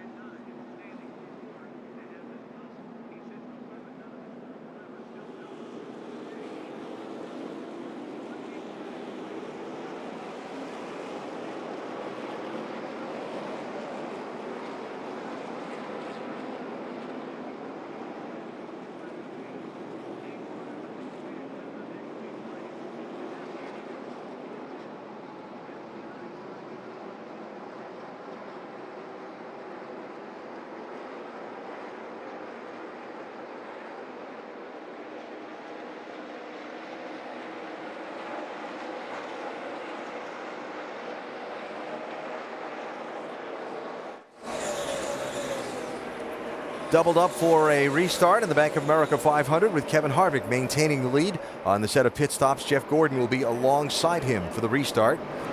Dale Earnhardt Jr. will be at the back of the line from 9th place to 23rd. They still don't have the shifter handle fixed, and this reminded us of what we saw in Michigan. Yeah, this is a problem they've had, breaking that shift lever. I'm not sure what it is, but they should have been able to fix this company-wide when they had the first problem, but it looks like it's reared its head again. Jimmy Johnson, Dale Jr.'s Hendrick Motorsports teammate, suffering that problem at Michigan in August. Martin Truex Jr. missing lug nuts, had to pit twice under the yellow, drops from 6th to 22nd for the restart.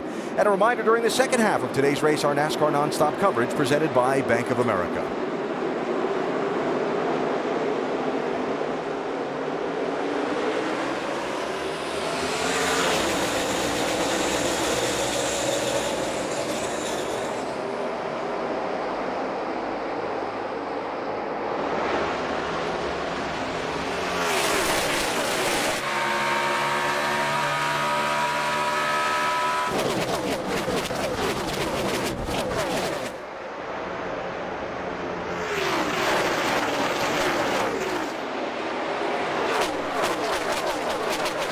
Kurt Busch to second, Jamie McMurray to third, Jeff Gordon back to fourth. Yeah, I think Kurt Busch has a great car for a few laps on the restart. The last restart, he was able to really truck to the front. Now he's got way up closer to the lead. He might be able to take the lead. Jeff Gordon's car just seems like it's not that good, especially down in turns 1 and 2 as he tries to get that car up to speed. Loses a few spots most every one of these restarts. Kyle Busch started on pole, led in the early going, slipped back a little bit, trying to make up some lost ground here, racing for 5th with Brad Keselowski and Jimmy Johnson.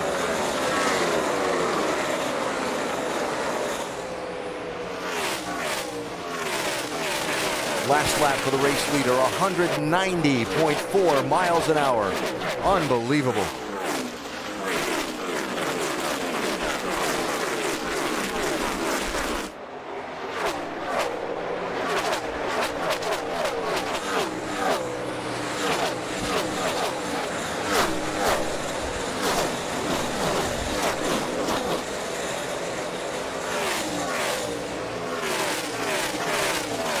Joey Logano trying to make some time in that high lane.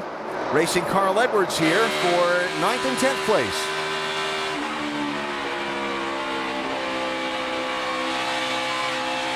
Oh, you see a big wiggle there from Carl Edwards in the 99. Ryan Vickers to the inside there. Vickers had his hands full in turn 2 on the first lap of the restart, kind of bottled up the inside line. See, Matt Kenseth has come all the way back to be in the 12th spot now after starting in the rear of this race.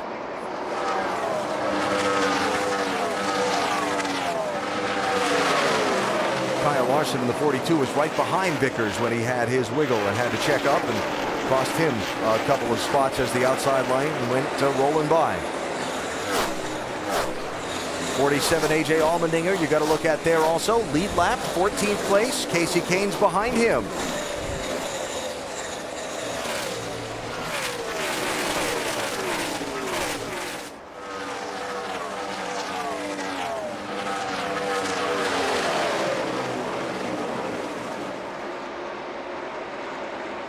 Look at Larson gas that car up when he got it into that outside lane. He's fun to watch. Yeah.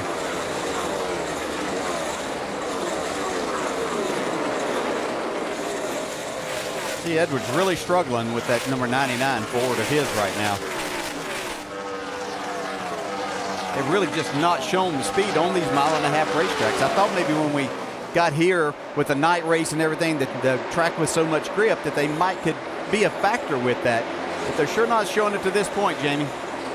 They haven't. I talked to Jimmy Venegas, crew chief, earlier, and he was optimistic about tonight. He said after finishing 5th last week on a mile-and-a-half track, they really felt they'd have something. But Carl has just been too tight. That has been the issue, so they've been working and not making a whole lot of progress. Yeah, Jimmy told me, I asked him plain out, you have a winning car tonight? He said, you know, I think we do. Now they've got to do some work on it. Well, I'll have to say this. They didn't look like they had a 5th place car last week, and that's where they ended up. So, got to run all 500 miles to figure out where you're going to settle, right? Yes, that's exactly right.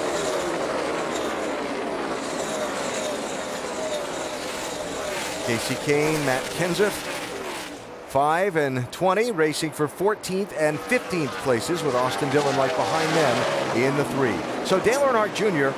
had to drop from 9th place all the way back to 23rd, last car on the lead lap for the restart. And they said they still don't have the shifter lever fixed in that 88, and they're working hard now to try and overcome another problem on a night when they have to run well.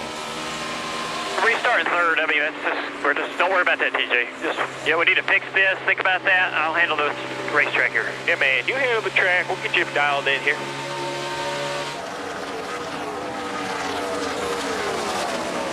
So Steve Letarte working on the plan and Dale Jr. working on the racetrack. And you see right now he sits back 12th in the championship standings after being in single-digit deficit range earlier in the race.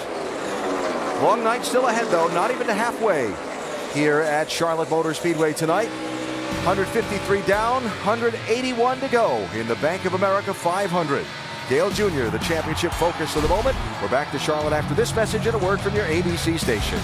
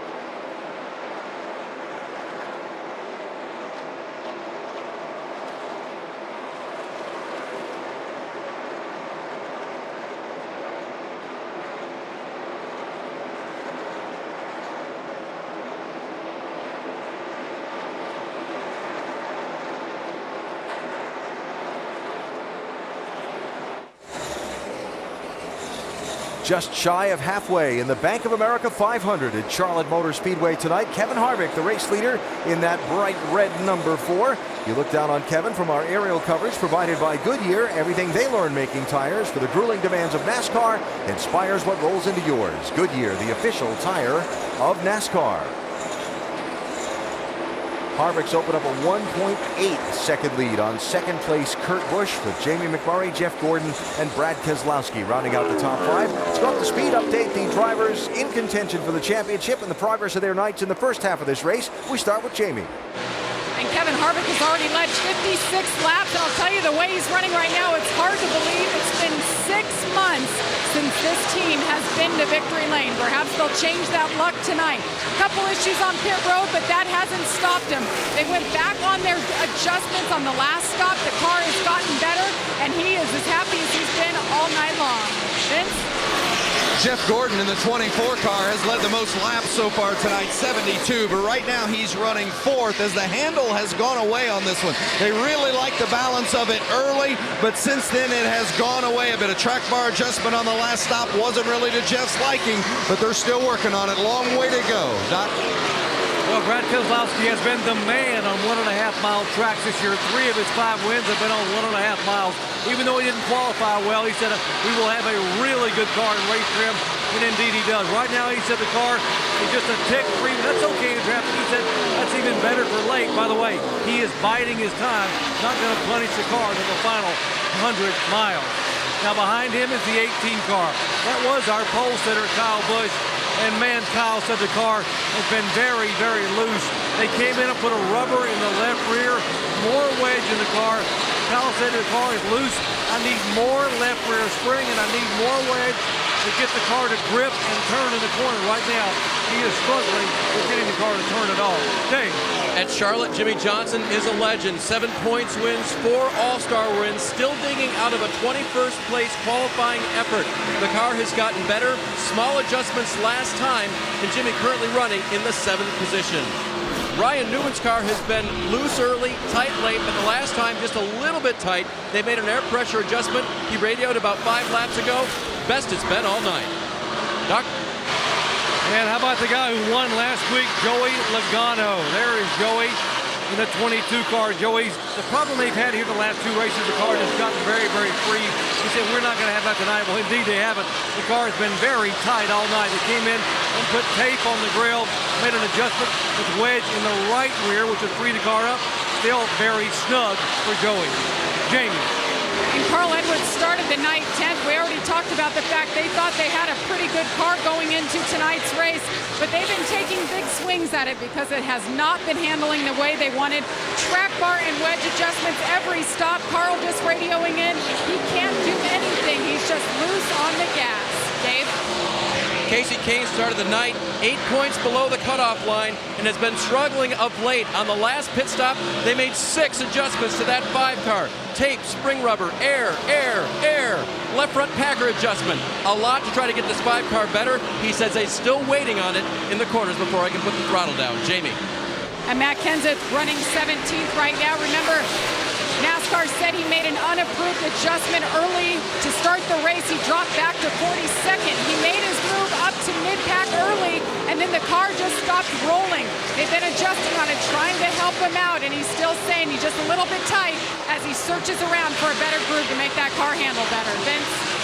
Denny Hamlin started 3rd, but he has had his hands full throughout the course of the night, just unable to get the car freed up enough. In fact, they put packers in both the left front and right front on that last pit stop to get the splitter up off the track. They've also had an issue in the pits where their jackman suffered an elbow injury, had to go to a backup jackman, so the 11 has seen a little bit of everything, haven't been able to move up after dropping back.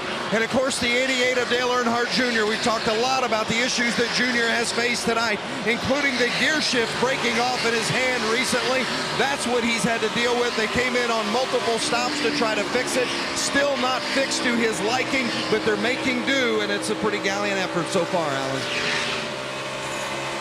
Well, Dale Jr. certainly the headline of the night, where the 3 drivers who had problems at Kansas last Sunday are concerned, and right now Junior back in that 22nd place, but with still half a race to go. We're just past halfway in the Bank of America 500 at Charlotte Motor Speedway. Kevin Harvick is the leader.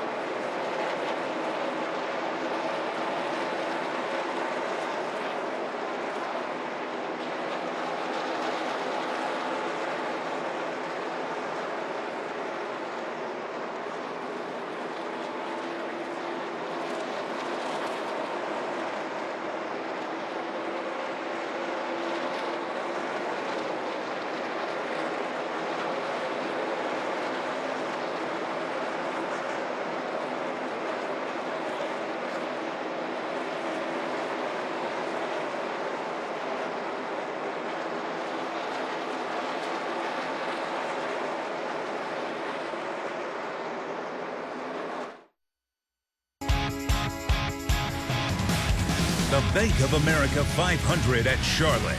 Brought to you by Bank of America and Golden Corral. Help yourself to happiness. The epicenter in downtown, or uptown as they call it in these parts, Charlotte, right across the street from Time Warner Cable Arena, where the Charlotte Hornets make their return to the NBA. Their home opener against the Milwaukee Bucks coming up on October 29th. Here at Charlotte Motor Speedway, watching a race for second place. Jamie McMurray in the 1, around Kurt Busch in the 41 to pick up that spot.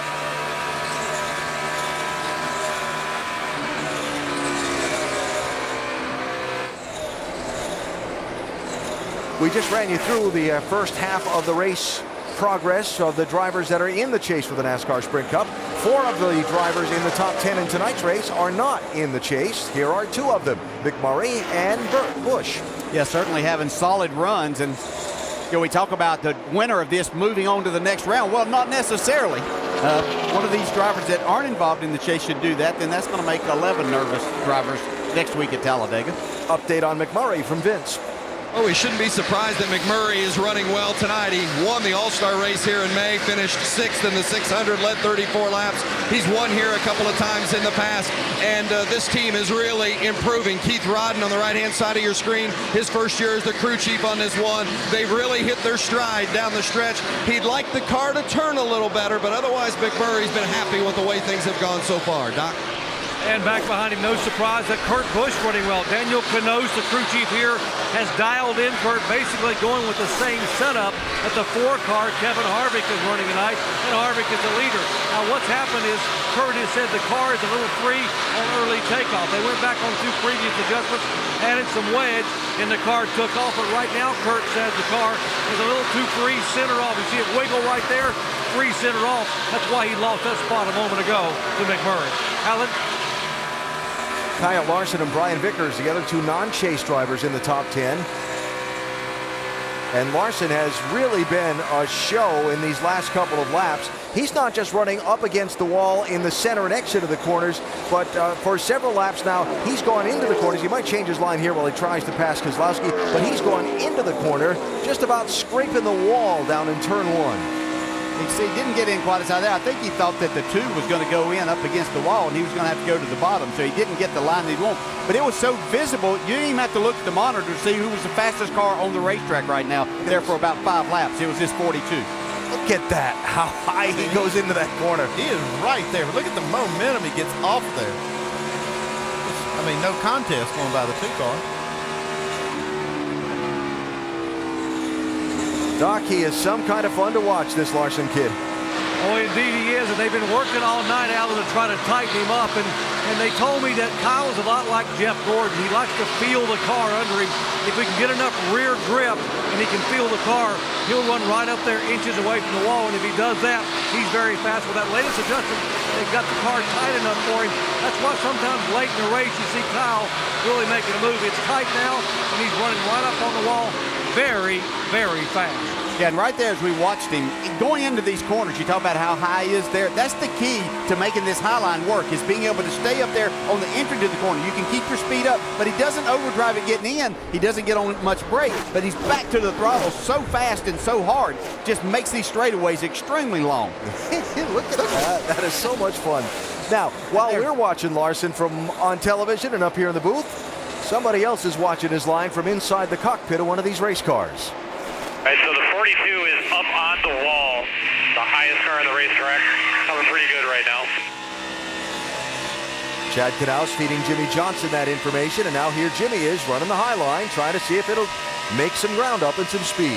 Jimmy worked on that a lot yesterday during practice. We saw him run as much in the middle and top part of the racetrack as what we had seen, but he still just doesn't have the car under him right now to be able to make that work. Going to begin to see some green flag pit stops here soon as we watch Jimmy Johnson and check the speeds on this 48 car as he rockets off these corners. Well, you see him trying to run this high line, and what Larson's doing up there, Larson's about 3/10 a lap faster, which is huge in the world of NASCAR, and you talk about speed. you can see Jimmy having to fight it. He's not able to go in and keep it right up there and keep that speed up. You see how long he's playing with the throttle? Just can't get that speed. That's the whole key to Larson, is carrying that speed off the corner down the straightaway. Here come the beginning of green flag pit stops, Dave. Austin Dillon with a pretty solid night in the 3 car. He comes in the pits now. The last time he came down, there were no changes to the race car. This run pretty similar for him, running at about the 14th and 15th position. As for Tony Stewart, the last run was not good at all. This run just a little bit snug according to the driver, and so they'll make adjustments for that race car as well. Went back to the green at lap 144, so just about to that point for the leaders to hit it. Dave?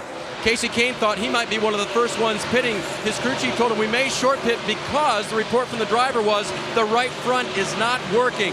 They're on pit road now, making some adjustments. Jamie? And Kevin Harvick comes off turn 4 at about 180 miles per hour, right down up, blows it right into the number 1 pit box.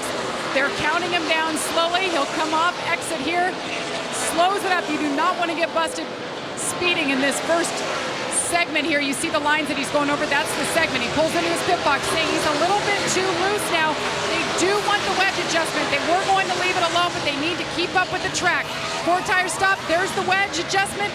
They'll fill him up with Sunoco fuel. Doc? And Joey Logano continuing to have trouble with a tight race car. Left side tires not going out and get it full of fuel. Here's the 41 car of Kurt Busch coming in. Kurt had said the car just a few laps ago had gotten tight middle, loose off, half in right rear wedge, half out right rear air pressure. Left side tires going on. Trying to get the car to take off and not get free on exit in the final 20 laps. Left front tire, a little bit of a delay, 14 seconds. What a mess Jeff Gordon just had trying to get to his pit stall. Tangled up with cars coming in and going out, cost the 24 some time.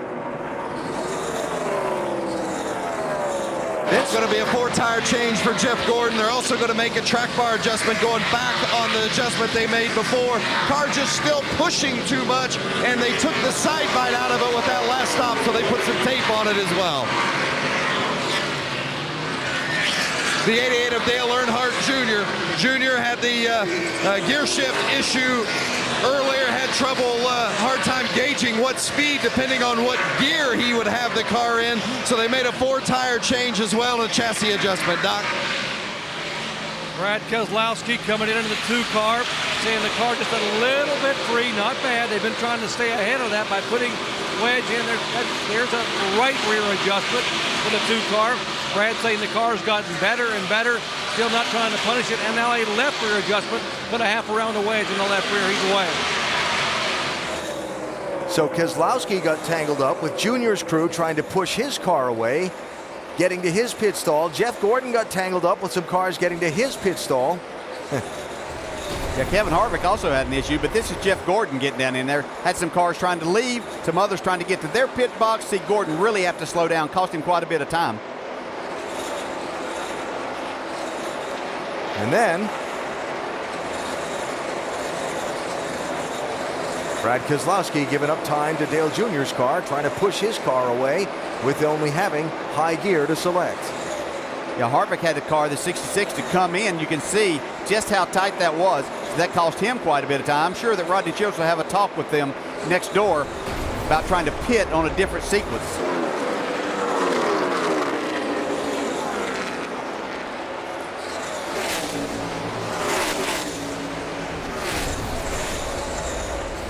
Watch from the 88 crew perspective.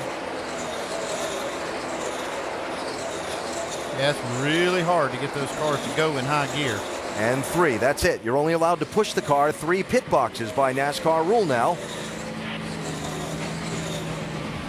And that's the reason why there are cars, even though the speed is limited on pit road, that car's still coming down there at 45 miles an hour to its pit box. And these guys are unprotected, and you hope that they're paying attention, and they are. Brad did a nice job of avoiding that and making it work. So a lot going on in that cycle of pit stops, but Kevin Harvick's lead, despite the hesitation leaving his stall, is about the same over Jamie McMurray as it was when the green flag pit stop cycle began.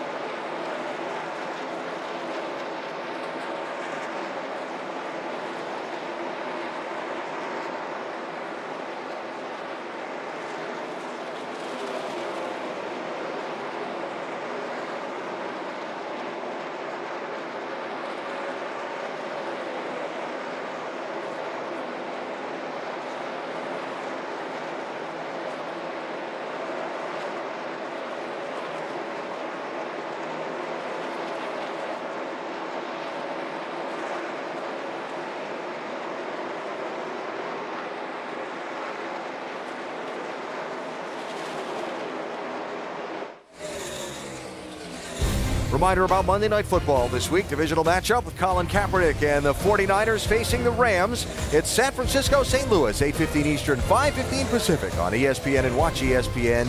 No other night is Monday night. On Saturday night at Charlotte Motor Speedway, race 5 in the chase for the NASCAR Sprint Cup past its halfway mark. The Bank of America 500 led by Kevin Harvick. Kevin has now passed Jeff Gordon for the most laps led tally in this one so far. Harvick pacing 89 of the 197 circuits that we have completed. His gap just a shade under 5 seconds over Jamie McMurray, with Kyle Larson third, Kurt Busch fourth, and Jeff Gordon back to fifth after the hesitation on pit road for the 24 car. Rest of the top 10, Kyle Busch, Ryan Newman, Jimmy Johnson, Joey Logano, and Brian Vickers. Brad Keselowski falling all the way out of the top 10 by that pit road entanglement we showed you a minute ago with Dale Jr.'s team. It certainly cost Brad quite a bit of positions, but this 42 car is going to be the story here. Kevin Harvick's going to have to deal with him before this night's over. And anybody else that has intentions of winning this race. The words I was about to come out with were, what a shock. Yeah. The story we've seen lately. So there's the bubble at this point in the race. Dale Jr. running back in 23rd. Jimmy Johnson and Keselowski having solid nights. Having their deficit that they started the race with, but still a long way to go to try and get back inside the top 8 before we go to Talladega next week. Brad Keselowski running back now in 10th after that pass of Brian Vickers. Still plenty of time to get it back. What position am I in? P11. Moving forward still. I don't want a long pit again, Paul. Car doesn't have enough long run speed to long pit. We'll stop short as everybody. Yeah, they have been later stopping, and that's costing them some. They've given up some there, and then they had the issue with the 88 car being pushed out in front of them, so everything kind of worked against them to put them behind.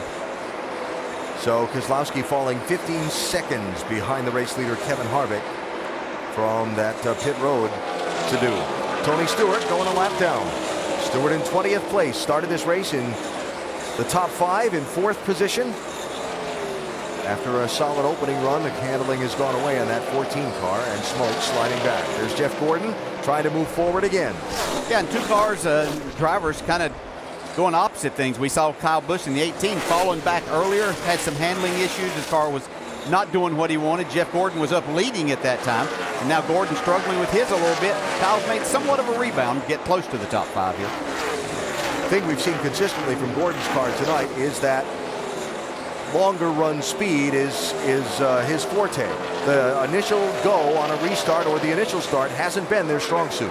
No, lower air pressure is not his friend so far here tonight, so they're going to have to continue to work on this and see if they can help that a little bit, but just help the overall drivability of this car to get the speed that Jeff's looking for. Jeff running in 5th position, 11 seconds behind the race leader Kevin Harvick. On a long green flag run here.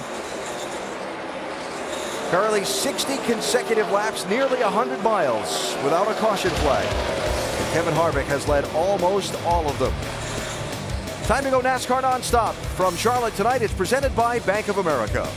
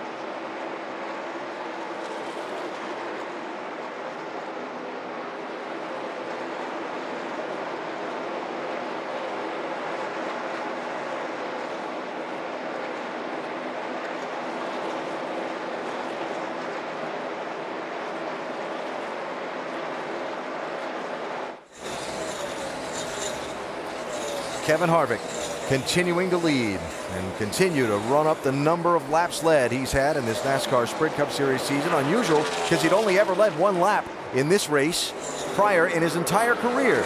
But he's led 102 tonight. We check the most laps led, brought to you by Sprint. Harvick's impressive tally in triple digits. Some 30 laps higher than the next highest driver total. Stay connected to the chase for the NASCAR Sprint Cup with the Sprint Family Share Pack. 20 gigabytes of high-speed data to share, plus unlimited talk and text for $100 a month. Learn more at sprint.com/datashare.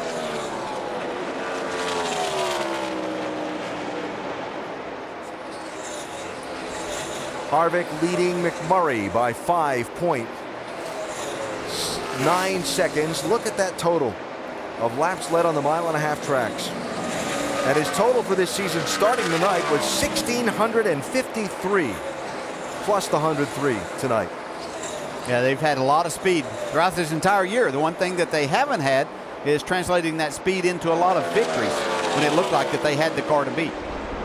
And every time I talk to the team, talked to Kevin last week about that, you think it would be frustration building and building. You come close, you don't win. You have cars that are capable of winning, don't win. But it was kind of the opposite for Kevin. I think the speed gives him confidence that it's going to turn around. It's going to get him where he wants to go, and that's to be in those final 4 going into home set. Then I think he wants that trophy. Sorry, Andy. Championship note here. Matt Kenseth has been lapped by Kevin Harvick. So Matt, now the first car a lap down. Tony Stewart behind him. They are racing for the free pass position here should a caution come out. Yeah, it looks like Matt Kenseth's got a really loose race car on the exit of the corner in particular.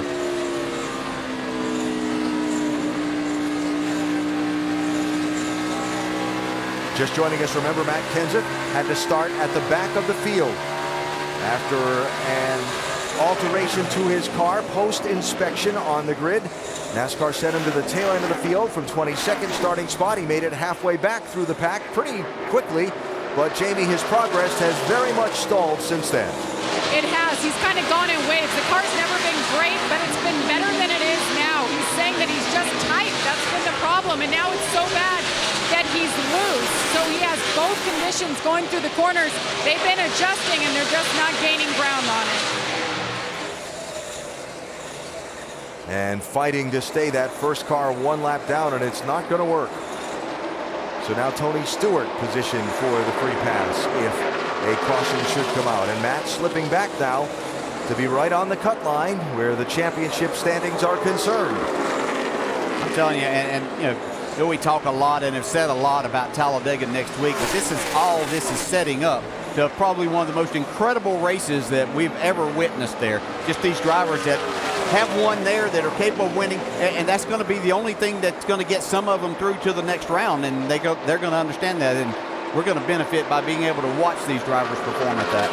The drafting, the pack racing at Talladega, the big wrecks, the multi-car crashes, and really, truly, until the race is finished, drivers aren't going to know, and it might even take a little while after the race finishes for it to be confirmed whether they've made the transfer through or they're out. Yeah, there's going to be some desperation that sets in as that race comes down to a close next week. Yeah, they're just going to have to be willing to put it all out there on the line to try to make their way through the next round, and the only way to ensure that is to go there and win the race. Brad Keselowski, we showed you the pit road encounter with Dale Jr.'s car that cost him some track position earlier, and now monitoring this 2 teams radio and hearing maybe a touch of frustration creeping in. Good lap I spent behind Joey Strobel cost me about 3 laps, and I'm going to be able to run fast. That's why that's so critical, Joey. I need all the help I get. And I'm attempting to give you all the help you need, buddy. I'm on your side. Joey being Joey Meyer, the spotter up on top of the roof, working with Brad's. Yeah, Joey Meyer, his spotter, one of the best spotters on the roof, and he's perfect for Brad. But you can just imagine a little bit of frustration. They got boxed in on pit road. He lost a lot of spots he'd worked really hard to get. Running as high as 3rd earlier in the race, has stayed out and led a lap on each of the cycles of green flag pit stops that we've had. But Brad, one of those drivers that absolutely, positively must have, if not a win, a really great finish here in Charlotte tonight, Doc. Indeed he has, and Brad's sort of been very patient with the car. He wasn't going to push the car until late, but just a minute ago he said, I'm going to start driving the wheels off this thing and see what I've got. and he just called Paul Wolf and said, Paul, I'm driving it hard now, and I'm about a 7 loose. So we need to make an adjustment so on that last stop, when I decide I'm really going to go after it, I can't be this free. Brad testing the water right now to see exactly what needs to happen for that last pit stop. We're actually got 2 more stops before the checkered flag, but very, very loose right now. All right, Doc, thanks. So Keselowski back in 9th, watching the race for 4th here as Jeff Gordon runs down Kurt Busch and tries to regain some of the lost ground on his pit road entanglement with some other cars earlier. Got a car down on the apron in turn 4. That is Josh Wise, smoking down the backstretch. Caution flag out. Possible liquid from the 98. To the garage.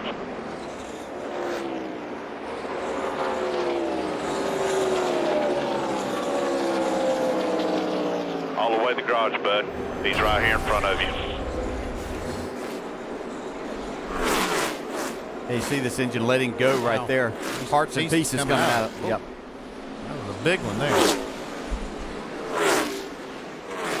Second, third engine failure we've seen. Menard, right? Boyer, and now Josh Wise. In our brief on-air introduction to the race, Rusty Wallace mentioned from down in the pit studio that engines and engine failures might be something we'd see tonight. Haven't seen a few. The tally's at 3 right now. Yeah, high speeds, high RPMs creates that. Still got a lot of racing left to go. That was the longest green flag stretch of the night, 78 laps. 100 miles here is 67 laps. So over 100 miles of green flag racing. And now with 112 laps to go, a little over 150 miles, the pit crew's getting set to go to work again.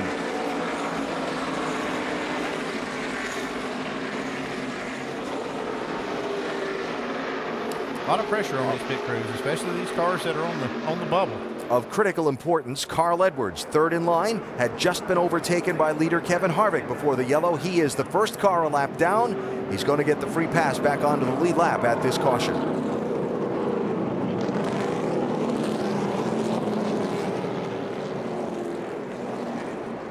A reprieve for Carl. Yep, get a little time here to see if they can work on that Ford a little bit, get a little more speed out of it. Yep. See if they can work their way in the top 10 before this night's over. Here come the pit stops. Jamie? Kevin Harvick saying he's a little too free still. The wedge didn't help much, so they're going to put more wedge in the left rear. They'll put 4 tires on it. Once again, they'll fill them up with fuel. Vince? Jamie McMurray pits from the second position, said the car had been about as good as it's been all night, but toward the end it got a little loose on exit. They're going to make a chassis adjustment on the one of McMurray, also a 4-tire change in Sunoco fuel, Doc. Yeah, Kyle Larson loose on exit. They're going to go a half round in the left rear, half down track bar left side, also a little loose on exit, 4 tires. The 41 car also loose on exit, half a pound air out of the right rear, 3/4 round down in the right rear wedge to help the 41 get up off the corner. Harvick's team hangs on to the lead on this set of stops.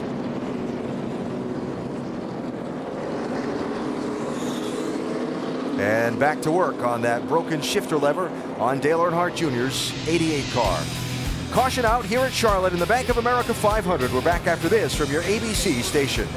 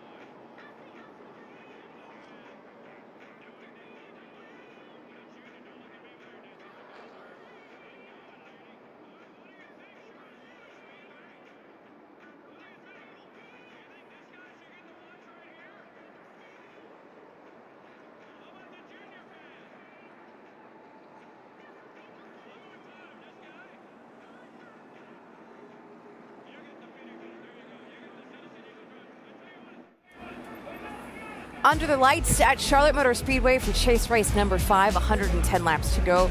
Chase drivers, we've seen them lead, we've seen them struggle. Ganassi, we've seen them try to steal the headlines tonight. Engines giving up.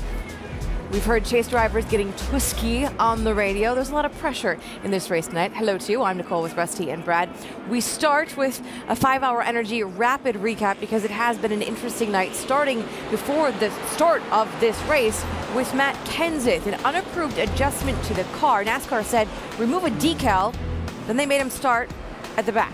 Yeah, I think that's, honestly, in my opinion, that's crazy. A decal, that's not going to do anything for the speed of the car, but they called it an unapproved change.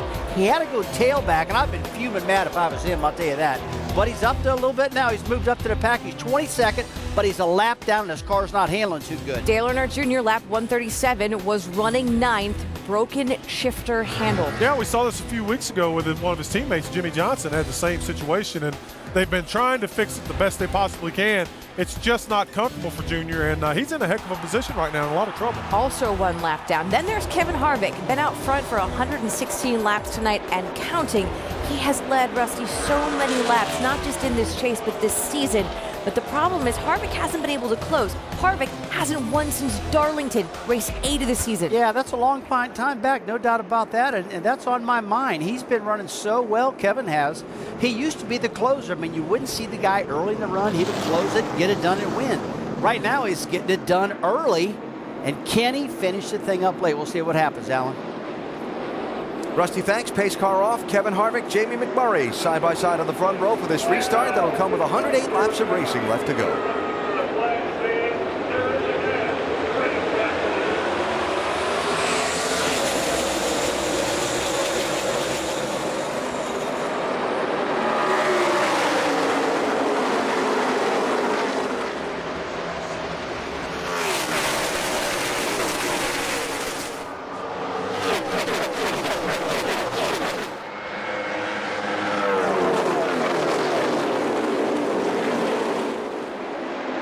McMurray with a wiggle in the 1. Here comes Kurt Busch to his inside. Kyle Busch is through to second.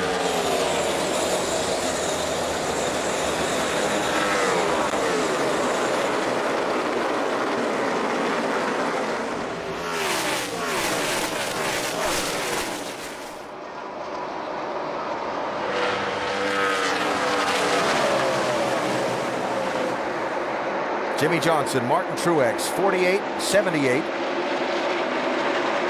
That's for 11th and 12th. Now Johnson on Joey Logano to try and get back into the top 10.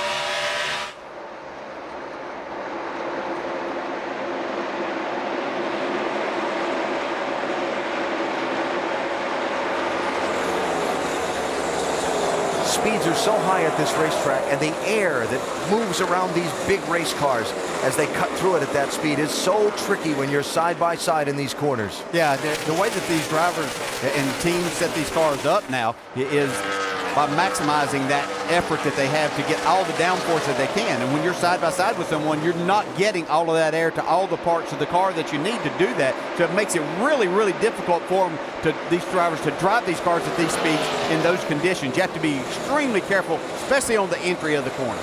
Yeah, they rely heavily on the side forces as well as the downforce. And boy, when you're side by side, that really gets affected.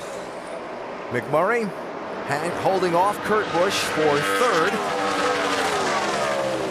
Kyle Larson in the 42 back there just behind Kurt Busch. He restarted third there on the inside, and I think that they might look at something later on if they're in that situation again. He just barely beat Kyle Busch out for that third spot. I guarantee you he would love to have restarted fourth. He lost about 2 or 3 spots and started to make those up, but later they may tell him, hey, ease up a little bit and you can restart on the outside. I think one of the problems on that particular restart, though, McMurray was lined up in front of him, and I think he looked like he was going to maybe beat the leader to the line, and he backed off just a little on the restart, and I think that hurt that inside line a lot.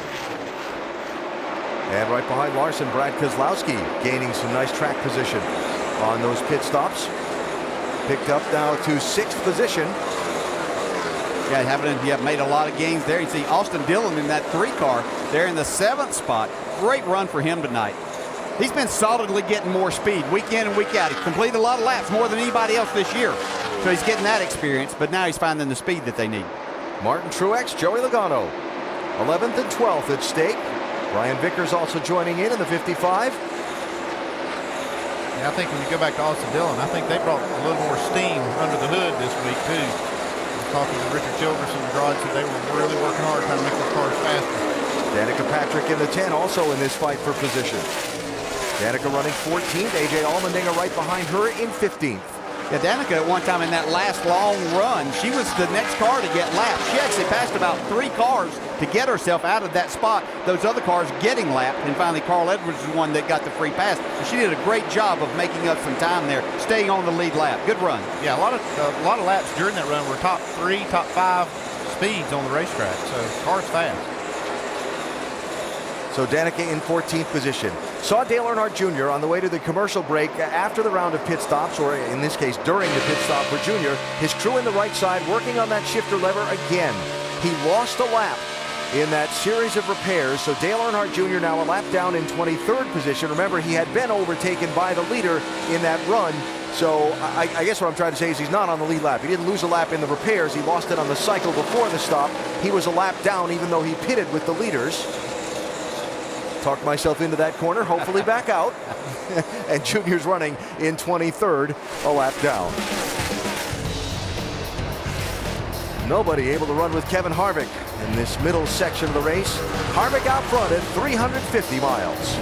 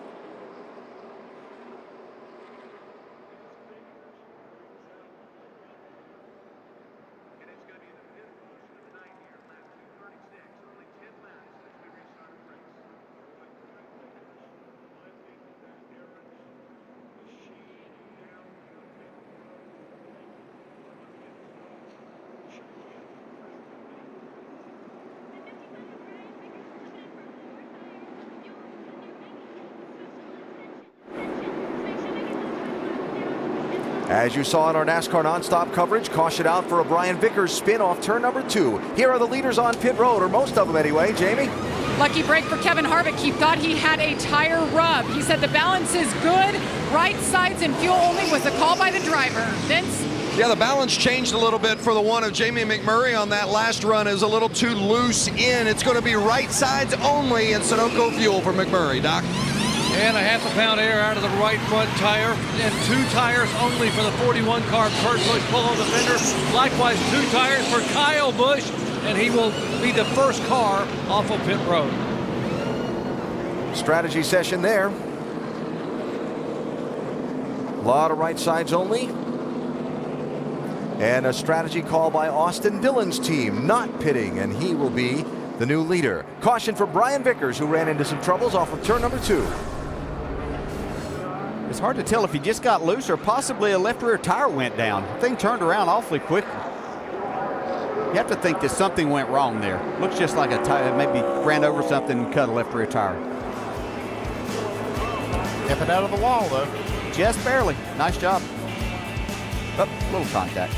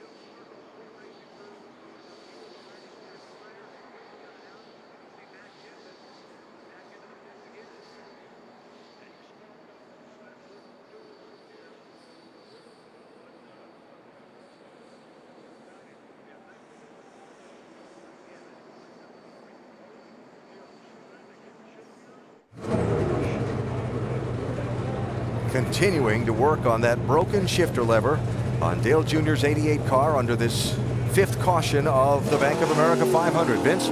Yeah, one of the issues with that too is what gear he has the car in coming to pit lane and how difficult it is to get it into a proper gear to make sure he doesn't speed on pit lane.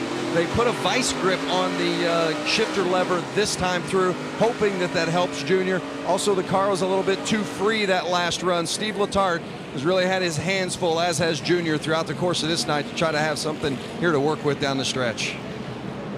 All right, Vince, thanks. And you saw the brief fire in the Timmy Hill pit, 33 team.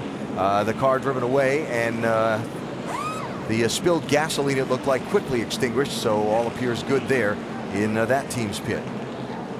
Our ESPN In-Race reporter on the night is Joey Logano, one of a half a dozen teams who went for 4 tires on this pit stop, while a lot of others just went with 2. Hey, Joey, Dale Jarrett, you have a minute to talk? Sir. All right, hey, we didn't get to you before the race. Looked like that things have gone okay for you. Maybe a little handling issue, but what are you fighting here tonight?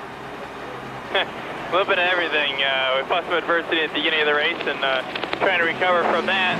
Our Pennzoil Platinum Ford here, it goes fast for about 5 laps. All the mail for not that long, and then I start losing the center, then I start losing the exit, and then you're just searching around trying to find something. So Todd and all the boys doing a good job. We're getting better. We're making progress, and hopefully get it right here. Okay, you keep making progress. We'll look forward to talking to you later in the race. Thanks for talking, Joey. Thanks, guys. Championship leader Joey Logano, 13th on the track right now, the winner last week at Kansas, and already through to the eliminator round of the chase. 1 to go here. A little bit of news made this morning here at Charlotte Motor Speedway and shown off to the fans just before the start of the race.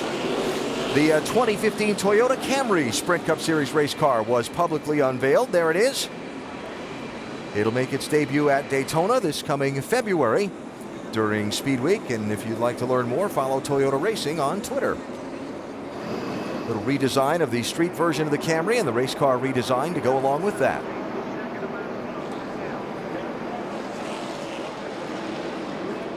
So doubled up for the restart. Dale Earnhardt Jr. making a couple of stops here as we continue to follow that story, and they continue to try and rally from their problems in this race. Appreciate it. Yeah, man. All right. We just need to do our thing. That's all we can do. All right, buddy. So we rack 93 laps to make something of this. We got it in us, man. We just go dig deep, focus, get a little luck, we'll be fine. Junior is the 4th car 1 lap down. He needs to pass Justin Allgaier, Tony Stewart, and Greg Biffle to get a free pass at the next caution. Matt Kenseth got the free pass at this one to get back on the lead lap. Aerial coverage provided by Goodyear. Everything they learn making tires for the grueling demands of NASCAR inspires what rolls into yours. Goodyear, the official tire of NASCAR. Austin Dillon in the black and white 3 did not pit. He's the race leader. Kyle Busch first off the pit lane in the mint green car to his outside.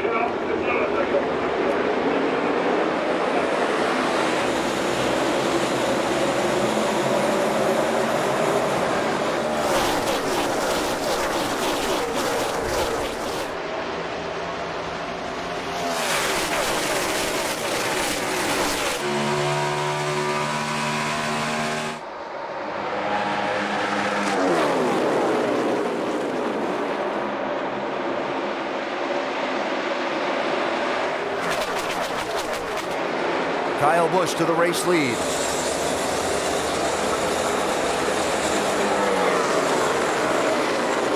As we watch this battle, and Harvick through to 2nd place, and we'll battle for that lead. You're talking about Dale Jr., where he stood with those other lap down cars. Junior making multiple pit stops, though, put him behind all the other lap down cars, too, multiple laps down. So he's got a ways just to get to those other cars in 1 lap down. What are fresh tires worth? The 3 cars finding out. Yeah, you have to question that call staying on the racetrack, that caution for the 3 car. They'd driven their way up inside the top 10 and had a car that was able to keep going. Should have stayed on the same sequence with it. Yeah, that's why I question it, because they had made improvement, gotten themselves in a really, really good spot. I believe before this is over, they'll lose most of that, or quite a bit of it. Yeah, he was 7th place when that caution came out. Went to 1st, now he's back to 6th. We saw Mark Truex Jr. go by. He's somewhat rebounded from his penalty earlier in the race. I think a great rebound. Just really, really strong team. See Harvick going to try to go to the outside here. Whoa, big wiggle right there in the center of the corner. For the race lead. A little further back, Jeff Gordon, Denny Hamlin racing for 7th and 8th. Hamlin moving up, Gordon slipping back. Trouble into the wall. Danica Patrick. Ryan Newman goes for a spin. Come on down, come on down.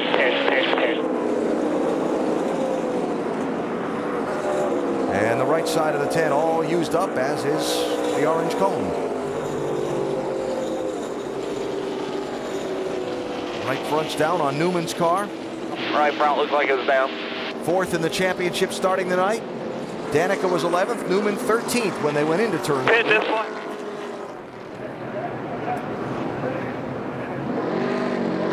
I think she might have got a little help on this.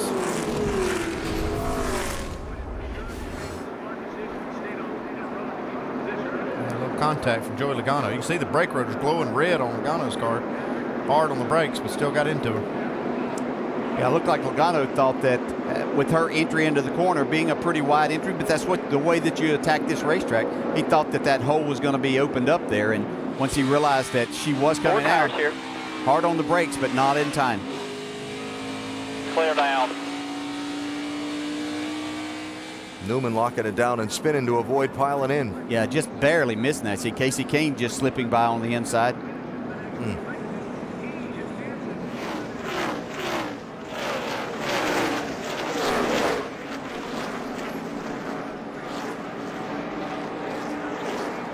So Newman avoiding significant damage there. Might be a championship saving moment. How about Jimmy Johnson? And in front of you, you see it. Outside, outside, outside. Clear. Caution.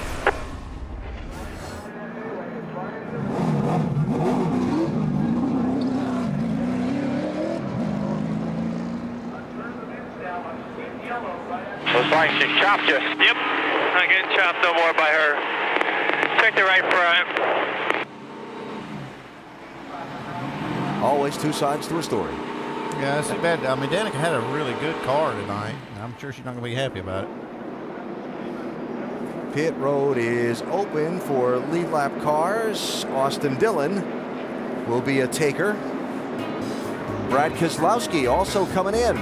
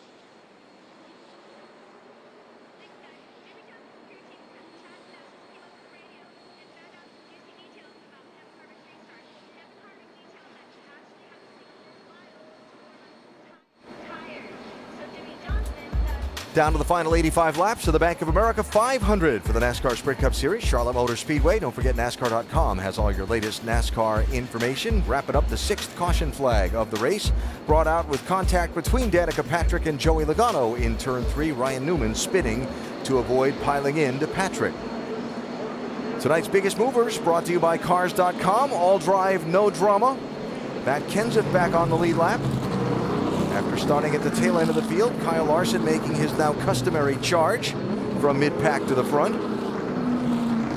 And Martin Truex Jr. with a great rally, had a missing lug nut after a pit stop, had to pit twice, lost all of his track position, and you see rallied back up into the top 5. Solid run for Allmendinger also.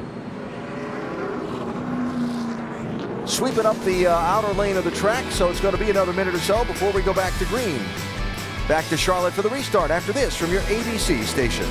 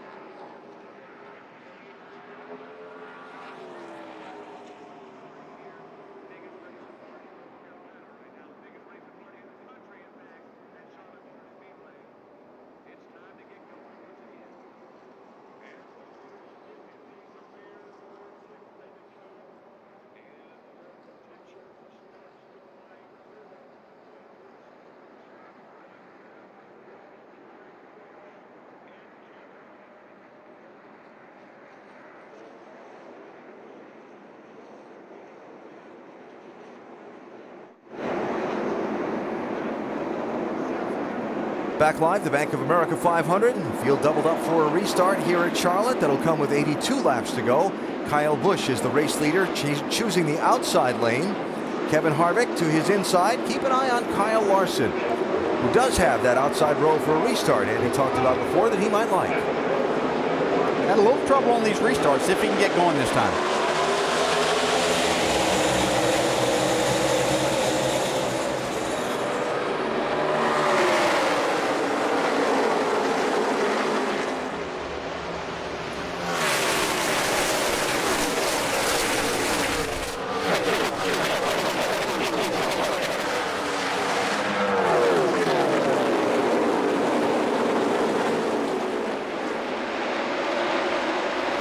Here he comes, looking outside on Kevin Harvick for second place. Kyle Larson with a run. He just needs that outside lane. That's what he needs on the restart.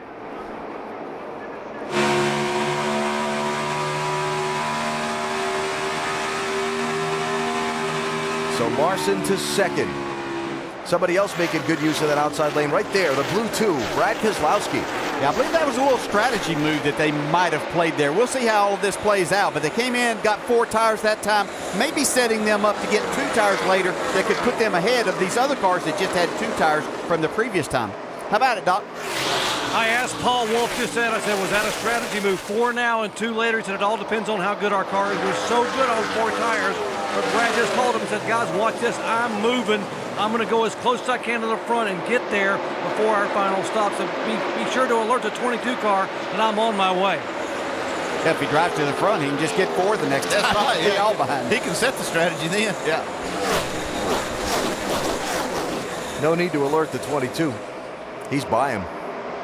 And by Denny Hamlin in the 11 for 5th place. So Keselowski moving here after this restart. Cars that pitted on this yellow. Keselowski, Austin Dillon, Kasey Kahne, Jimmie Johnson, Carl Edwards, Matt Kenseth, and Danica Patrick in for a few rounds of repairs on her 10 car. Danica still on the lead lap in 19th place. Free pass at the caution flag went to Greg Biffle, who's now back on the same lap with the race leader. Yeah, a few of those might have been a strategy play. Some others trying to get their race car to where they can drive it, though. Speaking of that, this 18 car, I'm telling you, they've done a really good job tonight of getting that car adjusted. They did it on Thursday night, too, through the qualifying rounds to get the pole. They didn't have the fastest lap of the 3 sessions, but they kept adjusting the car to the track conditions, and that netted them the pole. I think that they're doing a really good job tonight of keeping up to this racetrack. Talked about the pressure of this championship round where everything gets reset and you've got 3 races to get through and so on. A lot of the pressure beginning to build on some people who aren't running as well as perhaps they'd like. What's going on, man? I'm driving my off and about to crash. Listen, why are you crashing? I'm trying to help you. Ask me what's going on. I'm driving my off and I'm almost crashing. Why are you almost crashing, Jimmy? Racetrack. I drive it in real hard and I slide to the wall and I almost crash. Okay. Does that mean you're tight, or does that mean, what does that mean? Loose on the top trying to make stuff happen, so I just got to ride on the bottom and I can't go anywhere right now. You want me to tighten you up then? Yeah. Well, a little testy. Yeah. I'm telling you, the pressure will do that to you. Yeah, not really something that we're accustomed to here in Virginia, but usually pretty calm through all situations. But, as we pointed out back a long time ago, this chase format's going to be different. They're going to see a different pressure, different things happening. How are you going to react to that? And certainly having issues a couple of weeks in a row with this 48 car. Actually, they have had issues. He got into the wall yesterday, so they've had a struggle. Jimmy talked about earlier this weekend how they're a 3rd to 5th place car when they're running well right now, not a dominant car, and they're working to get back to being a dominant car. Passing Martin Truex here. That would be for 10th place. I tell you, when you have the success that they've had, and you've got expectations, it's hard to be in this position. They're I wouldn't say desperate yet, but I mean they're outside looking in, and one more race to go after this one. It's got their back against the wall. Yeah, unless there's some big turnaround here tonight, they're looking at the only way they're going to get in is go to win Talladega next week. If they're going to make it through to the next round. You see that car. I mean, Jimmy's driving the wheels off of it. You can be the best driver in the world, and he's proven that he's the best in this series a lot of times. But if you don't have the car under you to do what you want, it becomes very, very frustrating. Of course, getting a hit in the left rear and turned and crashed at Kansas last week. Certainly something that was out of Jimmy's control, but it did leave him in the situation of needing to really run well here in Charlotte with Talladega looming next week. You see, he ran fairly solidly in the first 3 races of the chase. 5th New Hampshire, 3rd Dover, and was running well at Kansas when he did get hit and turned and crashed last week. And Jimmy certainly is capable of going out and winning at Talladega next week. No doubt about that. Yeah, I will say that. Yeah, these drivers and other drivers might see a Jimmie Johnson they maybe at times haven't seen at Talladega, and they might find something that they don't want to see there. But you know, the deal at Kansas last week was they had a qualifying effort that wasn't good because of the spin. They weren't running all that well. They were in a pack of cars, and so that's what got them in that position. Look who's showing up at about the right time. This 5 car is on the move to the front. Yeah, you can see here where the cars that came in and got 4 tires that last time. Now we have a battle for the lead. Kyle Larson using that high lane, really getting a run the last couple of laps. Here he comes around Kyle Busch for the race lead. That only took almost 400 miles. That's kind of his MO. He just kind of makes his way to the front. Slowly but surely, he's there when it's time. I think that's one thing he's figured out. You know, his first year in this Cup racing, he understands, even though he'd been in the Nationwide Series running 200- and 300-mile races, these are 400- and 500-mile races. Hey, you don't have to make it all happen in the early part of the race. He's showing up when it really counts now. So Kyle Larson becomes the 10th different driver to lead this race, says he loves the way his team's working together. We're in a great spot. We're going to get better. He just got one spot better in this race tonight.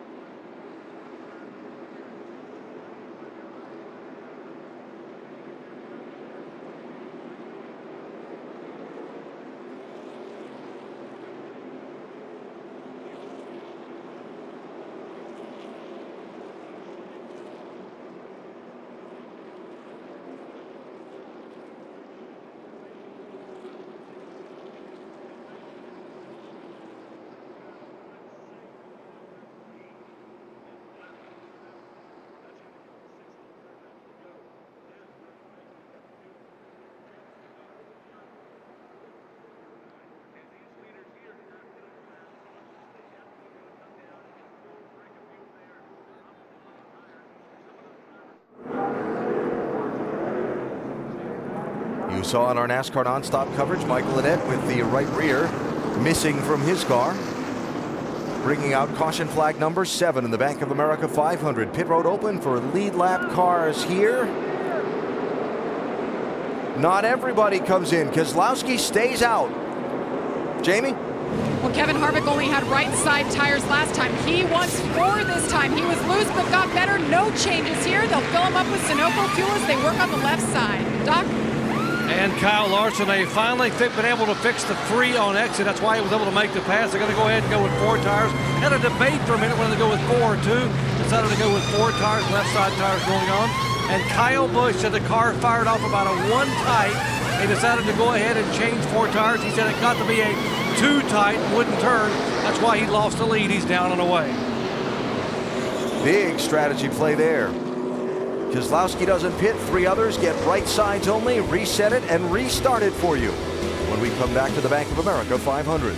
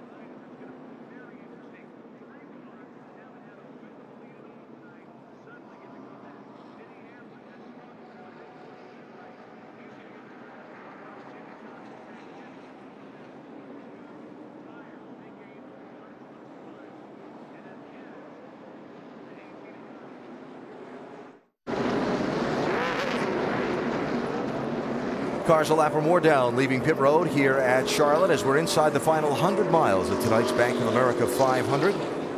Brad Keselowski becomes the new race leader by not pitting under this caution flag. Doc? Let's talk to Paul Wolfe about why they made the call.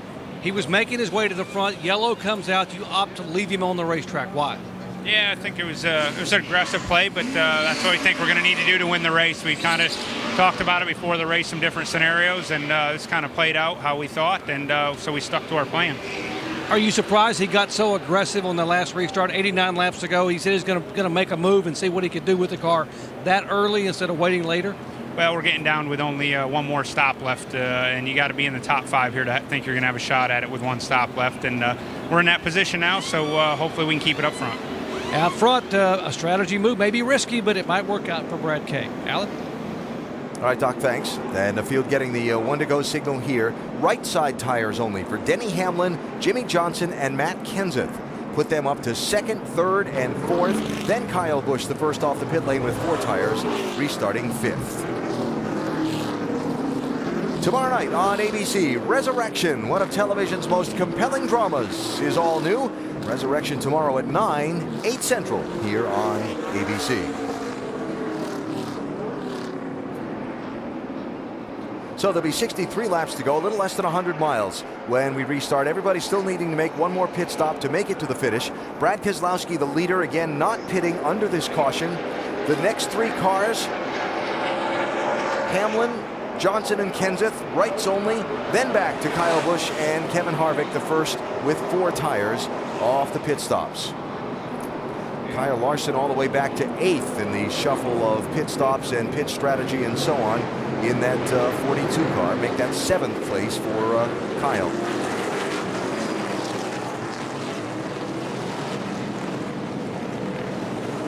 What do you think of the strategy call there by Paul Wolfe? Well, I mean, it's a difficult. Like you said, it's aggressive. I don't know that it's going to work out. I actually don't think it will. I think that they had driven up there pretty close. If they'd stayed on the same strategy, I think they might have been able to just race with them. We'll see. You know, they feel like they needed to do it. Only one way to know how it turns out. They've been right a lot of times over the last few years.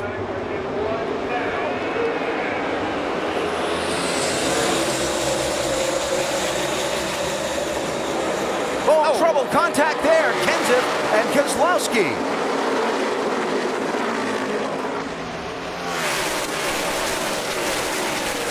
Denny Hamlin through to the race lead. 3 wide. Harvick in the middle of Kenseth and Larson.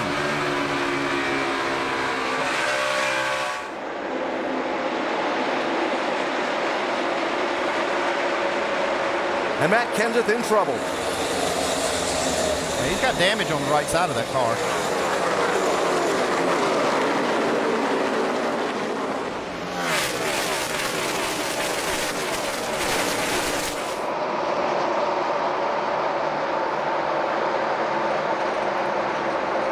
Worked all race long to get back up into the lead group. Restarting up there in the front couple of rows, and then that contact.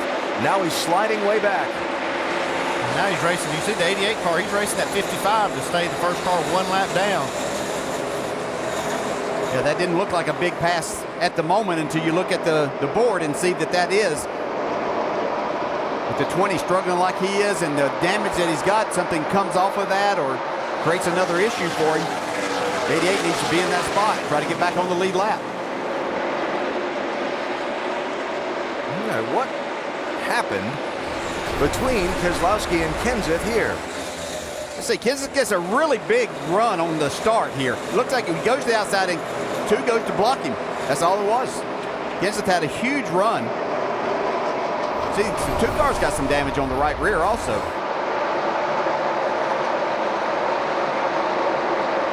So Kenseth from 4th to 18th at the moment. Keselowski hanging on to 2nd.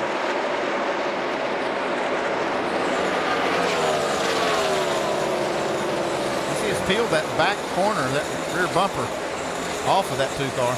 And you talked about earlier, the side force is what they rely on a lot, especially that right rear. Yeah, that's a critical area, that right rear corner of the car for that side force. Paul Wolfe looking intently at those TV pictures to try and understand the status of his number 2 machine. Now, we're going to be okay. Keep running here. Get us to know yellow, we'll be just fine. Brad's just only thinking about one thing, getting back by Denny Hamlin to win this race.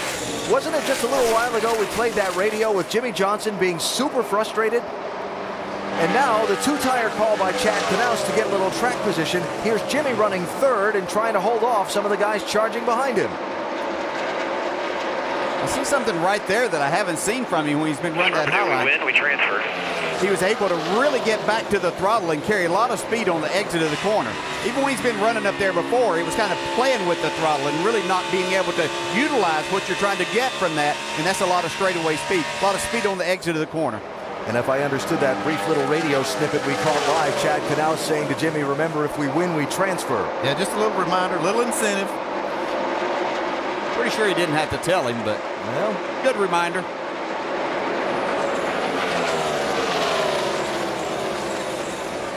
How circumstances can change quickly.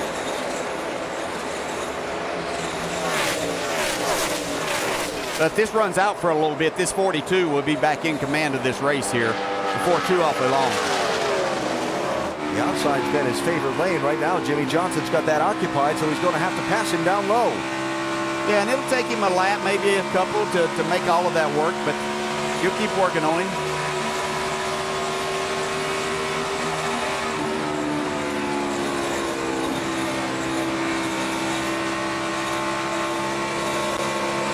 .42 racing .48. Update on the ladder from Dave. That would be the 48. And remember, with these drivers, sometimes when you just give them something to use on offense, they go with it. This time it was track position for the 48, just taking those two right side tires. In May, it was the best race car. Jimmy led the most laps, finishing off with the win. And remember what he said afterwards. He said, now they know we're awake. Don't think this 48's gone to sleep here tonight either. Keselowski moved up to take Johnson's line away. Kyle Larson didn't hesitate on the bottom. He's going to try and get them both. Well, that's a great move by Larson right there. Seeing what was happening as Jimmy Johnson got close, now he was able to get both the spots. Very, very smart. Boy, not only is he talented and smart, that's going to take him a long way. So Larson to second, 0.8 of a second behind Denny Hamlin, who finds himself leading this race after not being much of a factor for the first 300 miles. A little displeasure expressed. You'll see it in NASCAR Nonstop, presented by Bank of America.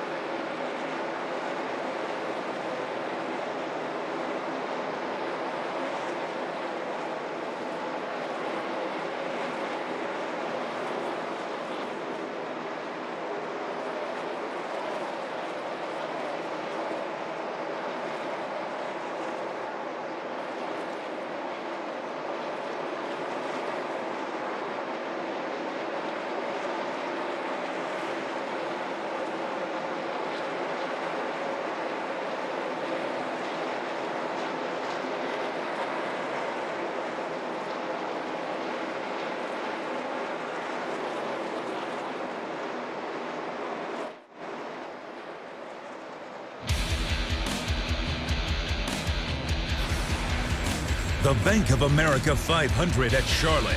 Brought to you by Goodyear. Tires chosen by experts for superior performance.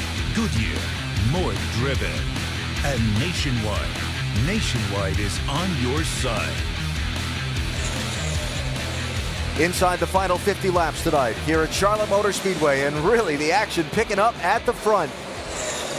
Denny Hamlin, the race leader, taking it after Brad Keselowski and Matt Kenseth tangled on the last restart. Kyle Larson rallied up to second place. Now both Larson and Kevin Harvick, while racing for second, are catching Hamlin for the race lead.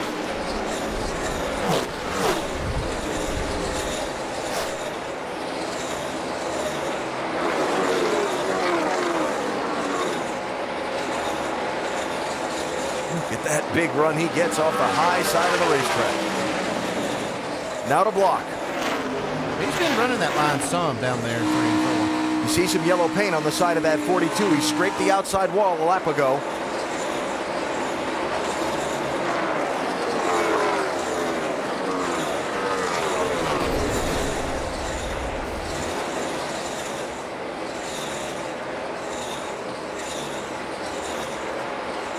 You can see as he picked up the throttle, it just didn't turn quite enough for him right there. I don't think it was much damage, though. Been flirting with that wall all night. Larson now back to third place.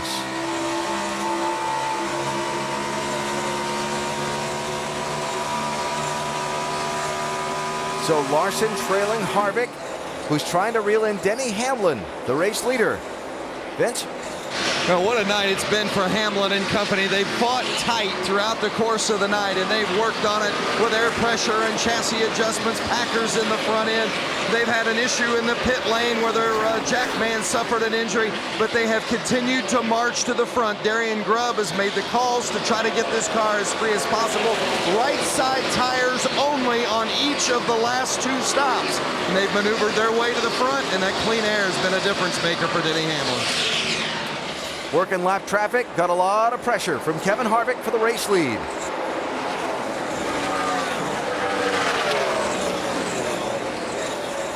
Harvick has led nearly twice as many laps as anyone else tonight.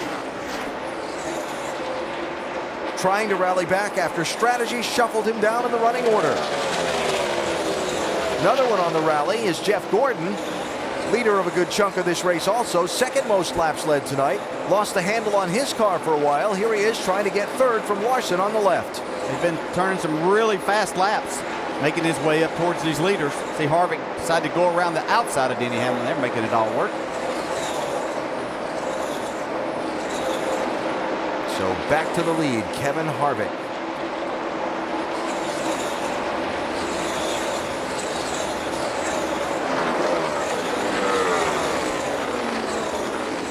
Will it be Harvick that wins and gets his way clear from Talladega and advance on into the third round of the chase? Can it be one of the non-chasers like Kyle Larson or Kurt Busch or Jamie McMurray in the lead group? Or can Denny Hamlin rally? Maybe Jeff Gordon or Jimmy Johnson? And will we see another yellow flag and bring on another round of pit strategy that'll change the outcome of this one? The leader's overtaken Danica Patrick and put her a lap down, so Dale Earnhardt Jr. no longer running in the free pass position unless he's able to catch and pass Patrick for that spot. And Gordon and Larson really having a good tussle here for third. Update on Larson from Doc. Yeah, Kyle just radioed in and said, guys, the car has suddenly gotten tight. I think I messed the body up when I bounced it off the wall. Way tight now. Can't get the car to turn. All right, Doc. Makes it really tough to run that high line when your car won't turn to carry the speed. The whole idea of it is to be able to carry that speed around the top and get the big run on the exit of the corner. And when it won't do that, you're having to stay out of the throttle too long. So Gordon to third, 1.8 seconds behind Kevin Harvick, the race leader. Larson falling back to fourth. Brad Keselowski bailing out after not pitting under the last caution and then having the contact with Matt Kenseth. Keselowski had fallen all the way back to 11th place. Now here he is on pit road. This would be his final stop. 37 laps to go in the race. Doc? All right, they're going to be a 4-tire call. They were going to try to take Barabon and fix that problem with the right rear bumper. Make a chassis adjustment, right side, left side tires going on. They were hoping for a yellow flag to get a caution to be able to come in and work on the rear of the car and make this stop on the yellow. 13-7, final stop expected for the 2 car.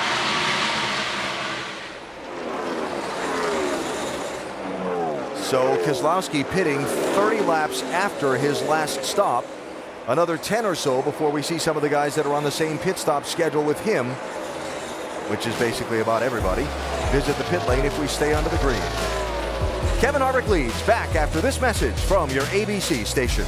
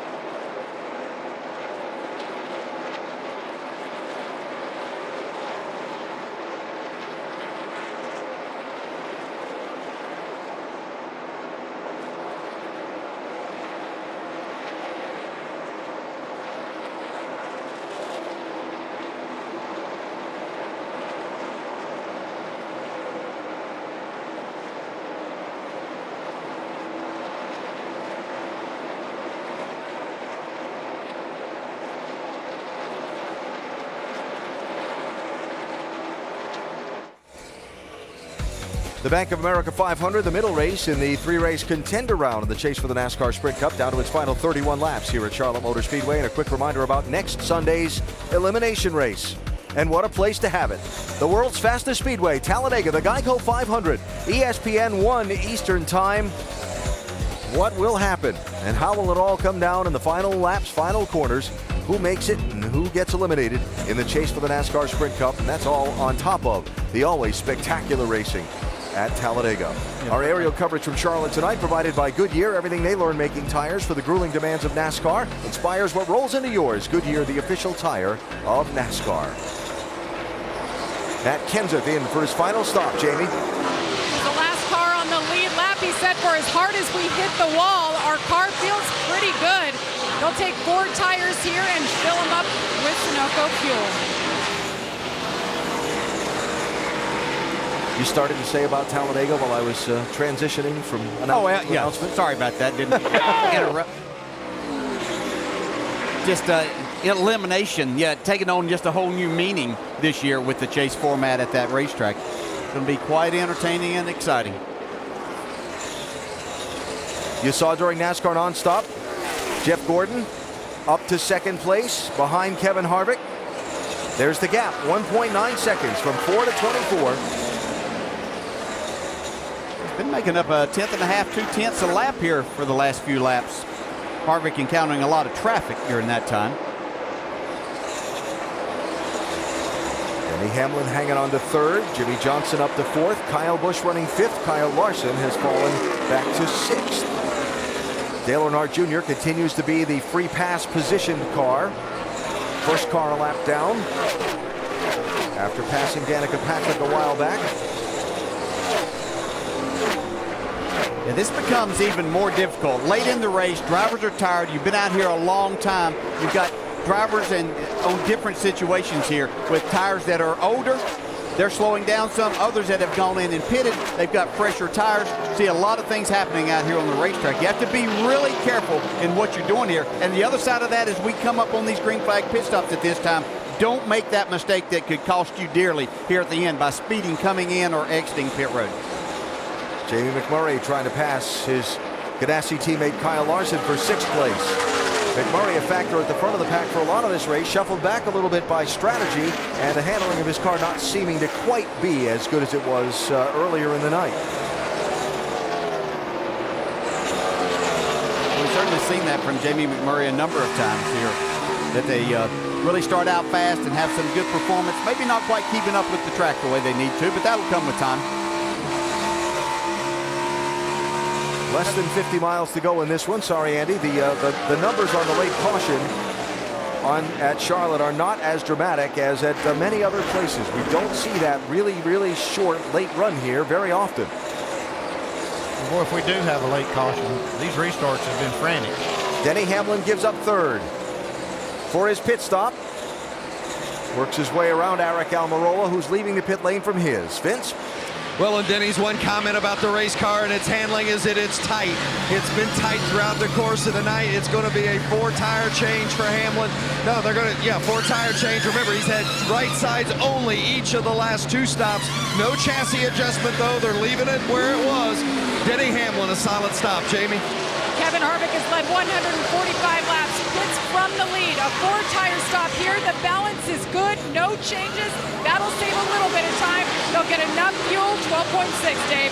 Kasey Kahne is in from 8th position. There'll be a chassis adjustment and a 4-tire change for Kasey. He said it was sideways on that run. They need to make some changes to help him move forward and perhaps win the race. Vince? The one of Jamie McMurray has just swung loose, a little bit too loose for his liking. They put the tires on it. Sunoco fuel to the end for the one of McMurray.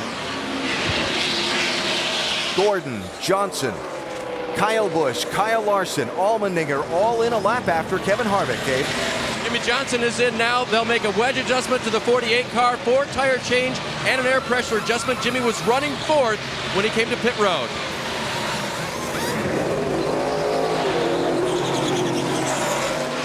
Kyle Busch in for the final stop. It'll be 4 tires for Kyle. The car's very tight. Center would not turn. Air pressure, 4 tires, got it full. He's away. Got to get the car to turn to be able to compete. Kurt Busch led for a lap. Now he's on pit road for his final stop. Doc? Kurt said, I'm tight, going to the center and loose off. 4 tires. Going to put 1 round of wedge in the left rear. Watch for that wrench to go in the left rear. There it is now. 4 tires, air pressure change, tear off. Just trying to get him where he could drive the car off, and he's away 12.8. Greg Biffle, very good race car. The one they tested with at Texas, thought they would have a much better mile-and-a-half program. Not a bad one tonight for the Biff. 4 tires, left side tires in, 13.5. Still just a little bit tight for Austin Dillon, who was running 11th on this run. Looks like a late change to just a right side tire change for the 3. Yeah, a lot of crew members' hands up in the air when that 3 car pulled away. Now on the track, Jeff Gordon lost a lot of ground to Kevin Harvick in that exchange of pit stops, which is interesting because Gordon's stop was a very good one. Gordon got trapped in a whole pile of traffic when he came out. More on that after Ryan Newman makes his final stop. 12th on this run, Alan. He'll get an adjustment for a race car that was tight on this run. And a 2-tire change, right sides only for Newman. Trying to steal a little track position late. Carl Edwards, the leader, not yet made a stop. Justin Allgaier, also on the lead lap, not yet made a stop. Edwards slowing here. Allgaier staying out for another lap. Here is Carl, Jamie. He has been tight all night long. They have adjusted on this car more than any other car in my section. 4-tire call here, 1 can of Sunoco fuel. That'll be enough to get him the last 18 laps here, Alan.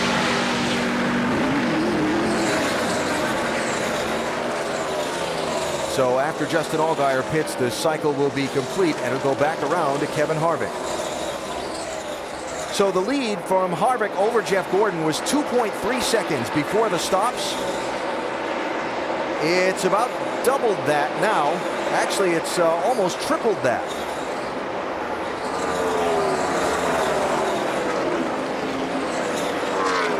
Six seconds and some back to Jeff Gordon.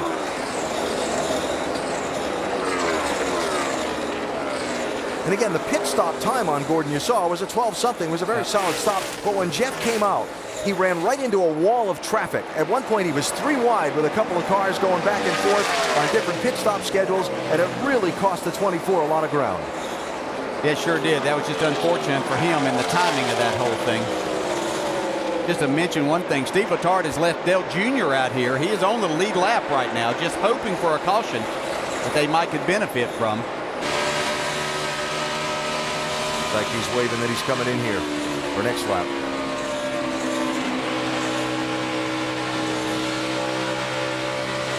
Well, it could be that he's waving some cars by, too, because he is slower than these cars on new tires.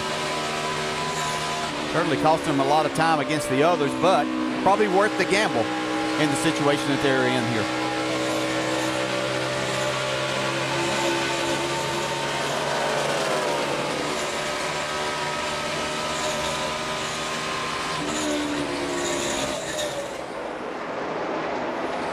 So Earnhardt Jr. showing in 10th place. Last pitted at lap 268. We're at 319 now.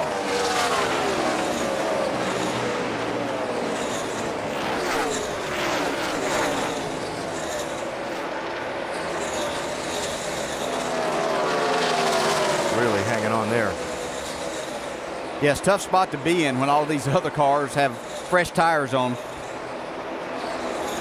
You need to get as much speed as you possibly can, but you have to be careful not to get run over in this situation. You want a caution, you just don't want to be it. Yeah.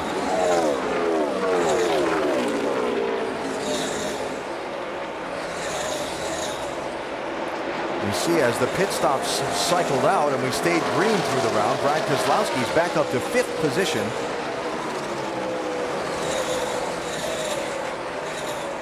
He's losing some time. He had been up there. He had Brad those cars falling off now. Back straight away, down toward the car 3. That wasn't surprising. No. Here's 5th place, McMurray by Keselowski. Yeah, Brad, by pitting quite a bit earlier than the others, had made up a lot of time by having those fresh tires, but now paying the price for that is the other cars that he'd gotten in front of by that exchange, starting to really man and go by.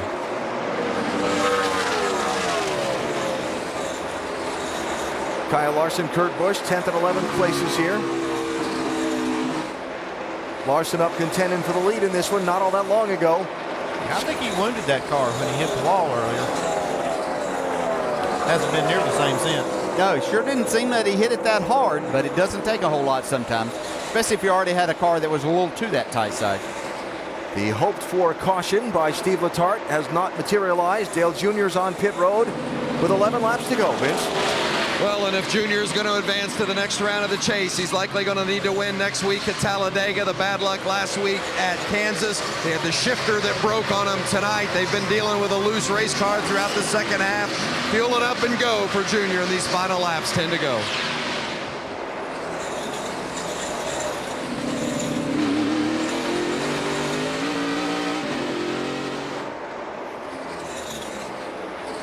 Kyle Larson and Kasey Kahne. That for 11th and 12th. Give or take how this positional race turns out and where Matt Kenseth is running at the moment. Right now, Kenseth and Kahne are tied for the cut line place, with Kenseth having the tiebreaker.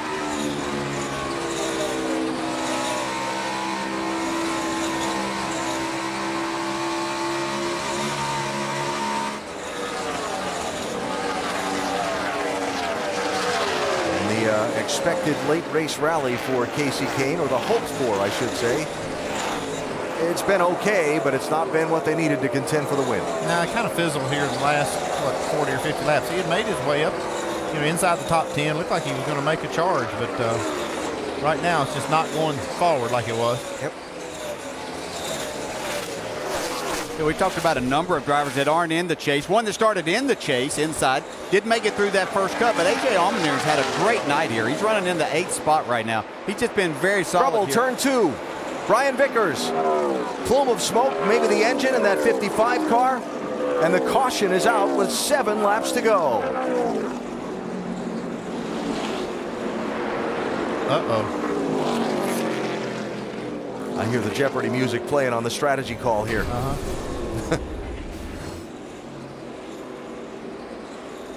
It's a whole lot like that 15 car that blew up his teammate. That the 4th engine failure we have seen here tonight.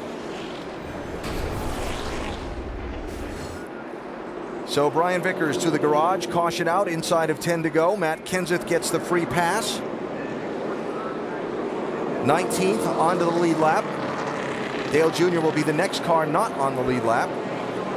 And let's talk about it here, Andy. Kevin Harvick pitted at 3:11, Jeff Gordon 3:12. We are 16 and 17 laps, 17 and 18 laps of racing later.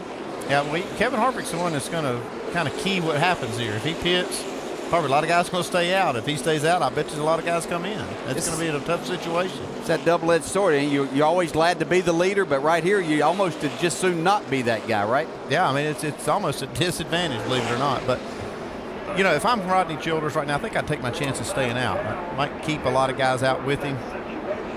I think he would have some back in the pack that would do that if a lot of the others up front came in that would give it that shot and try to do that.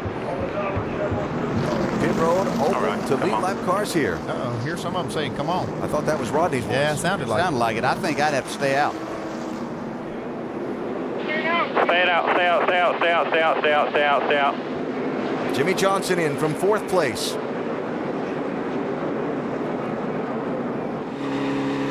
Not a ton of takers. Dave? Right side tires. And you heard the call, 2 right side tires for Jimmy Johnson. Chad said, I think if we don't come in, guys will, and they'll eat our lunch. So Jimmy said, go ahead, you make the call. So right sides for the 48 from 4th place. How's it going to play out? Less than 5 laps to the finish. NASCAR Nonstop tonight presented by Bank of America.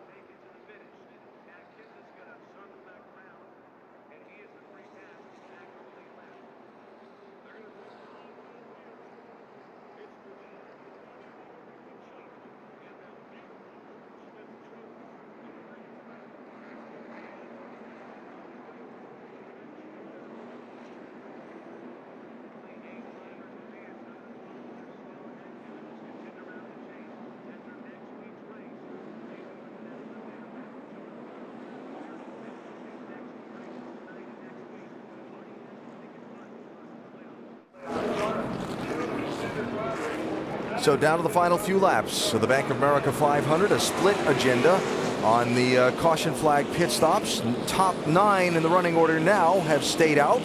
Jimmie Johnson pitted from 4th. He is 10th as they double up. And we're going to go green with just a couple of laps left. Jamie?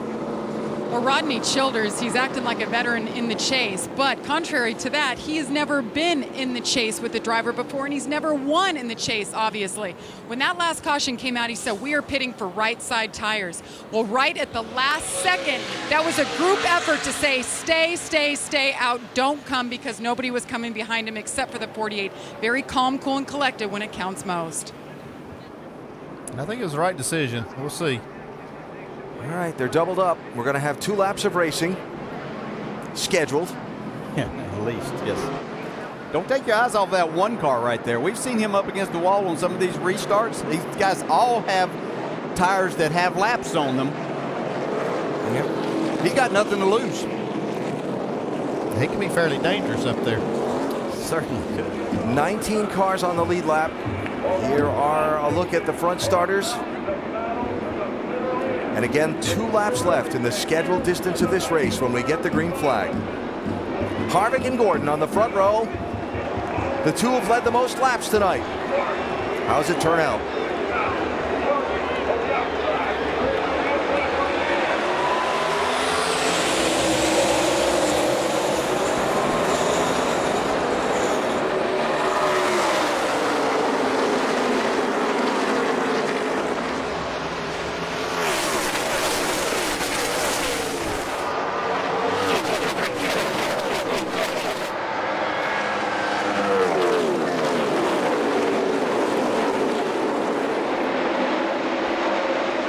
Harvick's clear, coming to the white flag. They're 3 and 4 wide behind him.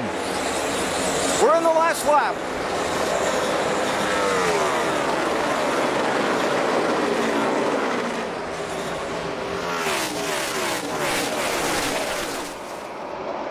Larson rim riding around trying to gain all the spots he can. Do they all make it back through the final 2 corners?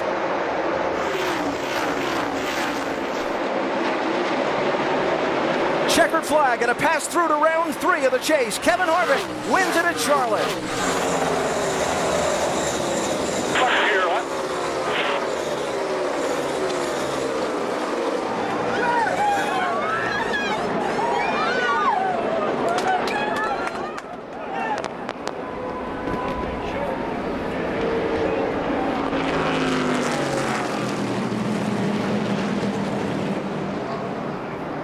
How many times in the last couple of months has Kevin Harvick led the most laps in a race and had something go wrong at the end? The caution flag, the strategy call, all opportunities presented for something to go wrong. Harvick and his team got the strategy call right, got the last restart right, and he's got the trophy and the pass through to the 3rd round in the championship. Picked a great time to put it all together at the end of this race. We knew it was only a matter of time before this team. They performed too well at such a high level at every track they've gone to. We know that the driver is capable of getting it done.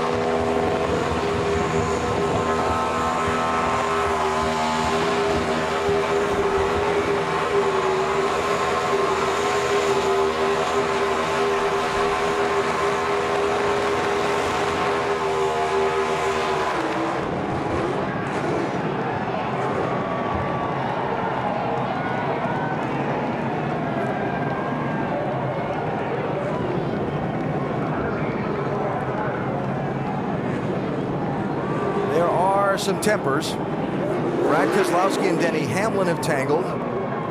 Then Keselowski and Tony Stewart.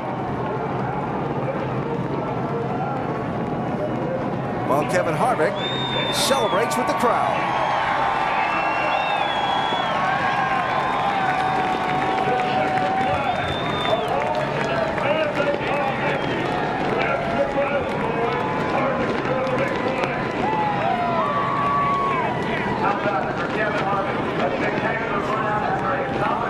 Denny Hamlin finished 9th, Brad Keselowski 16th, and on the cool-down lap,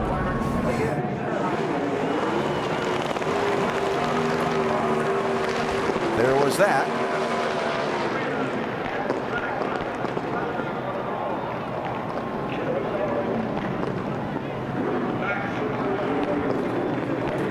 then Keselowski and Kenseth, with Keselowski running into Tony Stewart.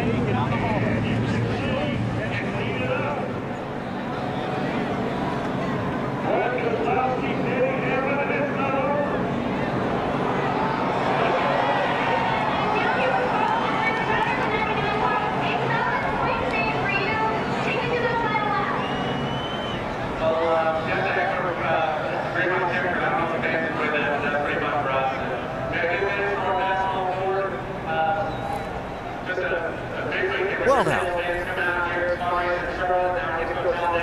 the sparks have flown. Yes, they have. And the fenders have bent even after the checkered flag. We'll have to see what all brought all of that on, but unhappy drivers for sure.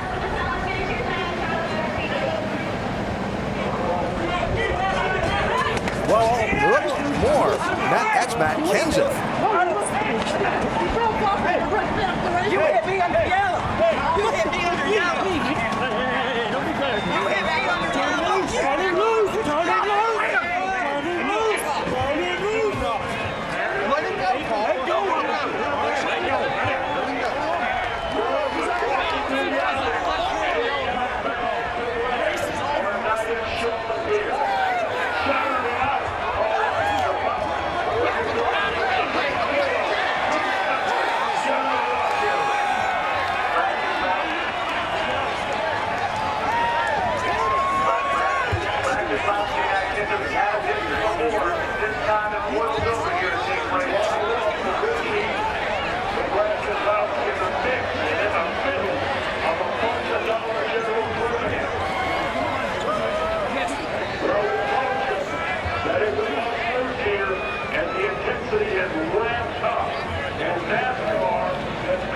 I'll bet the garage is an interesting place to be right now, huh, Dave?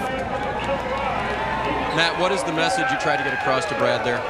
Well, I mean, besides the race, I mean, he knew I was out there. That restart wrecked me, which, you know, I guess I shouldn't have went out there. Really the safety. I mean, he was doing something with Denny there. I don't know if he was mad at him. And then I had my hands off, my seatbelts off, and everything, and he clobbers me at like 50. So the accidents and stuff we had around here, I mean, just race is over. We're trying to come back to pit road. If he wants to come and talk about it like a man, go do that. But to try to wreck somebody on the racetrack and then come down pit road with other cars and people standing around with my seatbelts off and driving aside of me is just unexcusable. It's just, there's no excuse for that.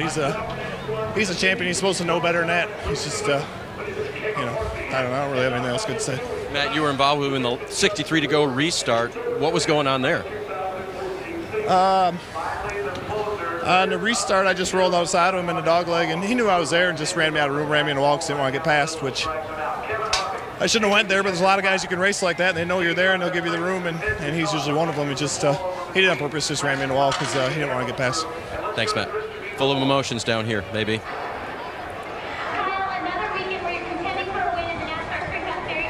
Those are the unhappy emotions.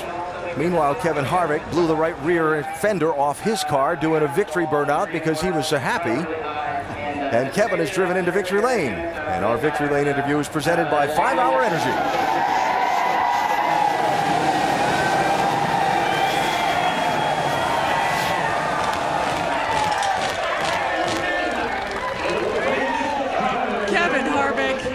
The poles. You've been one of the fastest cars every weekend, yet it has been 6 months since you've been back here. What has this journey been like to get here once again? Well, it's been great, to be honest with you. Everybody on our team has just continued to build better race cars. And, you know, we know that we've had the cars to run up front and lead laps and do the things that we need to do. Things just hadn't gone right. We've made some mistakes. Things hadn't gone right more than not. But just want to thank Budweiser, Jimmy Johns, Sprint, all the fans for everything that they do, Outback Chevrolet, Hunt Brothers, Dytek, everybody on this car. This is the night that we needed to win. I don't want to go to Talladega next week. Kevin, that's what I was going to ask you about. It's a win and you're in scenario. You're going on to the next round with Talladega looming, the biggest wild card. How much relief is that for you? Oh, we came here and tested, thinking that this was going to be the hardest round to get through because of Talladega. There's so much that you can't control there. We wanted to try to control the things that we could control. Felt like Kansas, and here we're playing to our strengths, and just see where it fell after that and once we get to the next round. So just really proud of everybody at SHR, really proud of all my guys on this team. Just can't thank everybody enough. It's been a long journey, and Kevin Harvick said when we put one of these together, look out, he's moving on.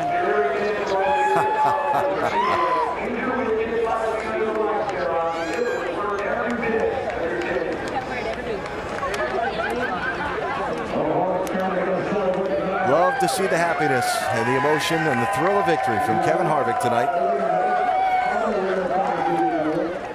Led 162 of 334 laps. World-class burnout in celebrating his win, and our Goodyear Superior performer tonight is happy, for sure, Harvick. And still plenty more to talk about post-race tonight at Charlotte. We'll be back.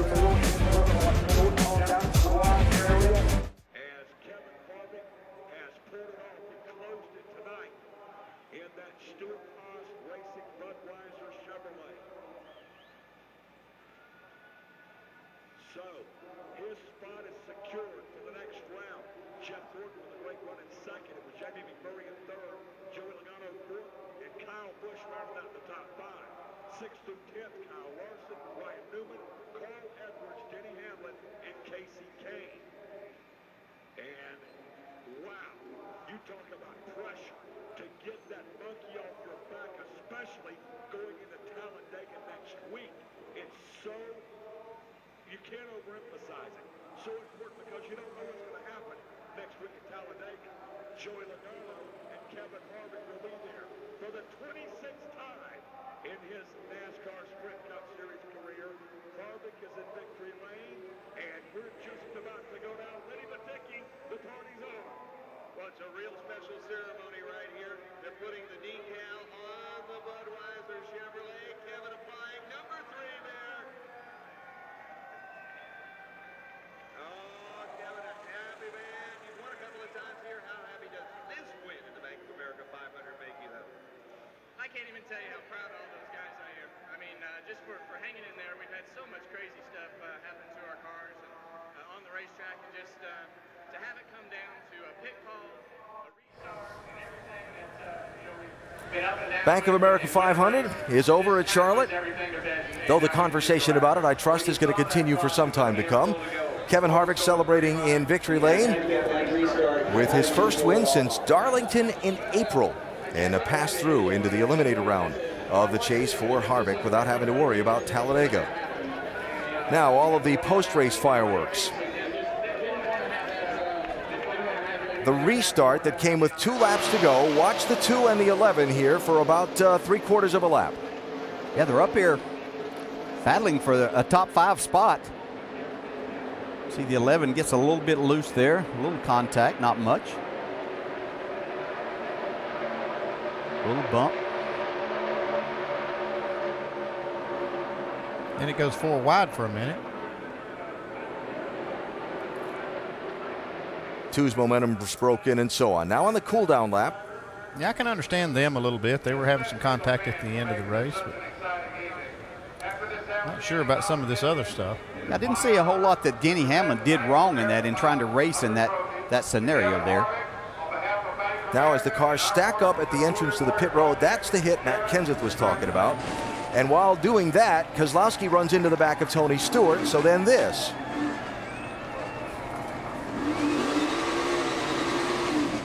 From Tony Stewart's bumper camera. And that's where all the front end damage came from.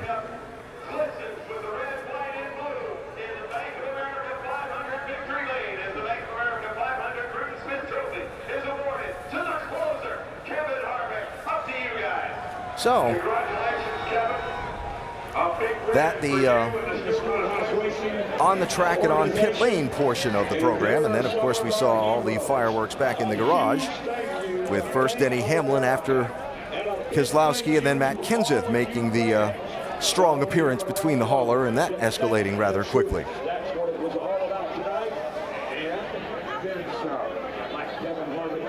More post-race reaction and interviews. Here's Doc. With Dale Earnhardt Jr., Dale, a lot of challenges, a lot of issues tonight having to deal with the shifter. How would you describe this night? Not good. We had a bad vibration, and we ended up just breaking the vibration broke the shifter in half, and it just it wasn't a good night. The car wasn't handling well, and the vibration was really giving us a lot of problems. So we had it in practice, changed some bulbs and stuff, didn't fix it. So I don't know. Dale Earnhardt Jr. Gordon wanted tonight, but a very strong effort, second place finish, and I know you guys were digging, made a lot of changes throughout the course of the night. How do you see how it finished up? I'm really proud of that finish, really proud of that effort. You know, Kevin got out there on us after that last green flag stop, so looked like we were going to be second. I didn't want to see another restart because every time we start on the inside, we seem to lose positions, but there at the end, in the whole race, we were just trying to tune to make it better. We got off a little bit, lost some track position. I had some terrible restarts, but there at the end, 4 tires, good adjustments, good restarts, and we were able to get right up in the thick of it. So Kevin was tough. You know, I knew when he got out front it was going to be hard to beat him, but how about this drama? I mean, I'm telling you, this new format has created some serious drama. Just be thankful you're not in it, right? I'm glad I'm not in it this time, you know, and I'm really happy about this second. It doesn't make us, by any means, very comfortable going into next week, but a lot better than it could be. Yeah, nice job tonight. Jeff Gordon, second place. Jeff gaining about 10 points on the bubble tonight, and we'll see those standings in a few minutes. Everybody's talking about Talladega, and why not? An elimination race on top of that. On top of that, it's just going to be unbelievable. We're going to see driving like we've never seen it before. Yeah, you think there's some emotion tonight. Wait till after that one next week. Join us at the track. Talladega, then on into the Eliminator round, Martinsville, Texas, Phoenix, and the championship race at Homestead. Going to be a lot of fun.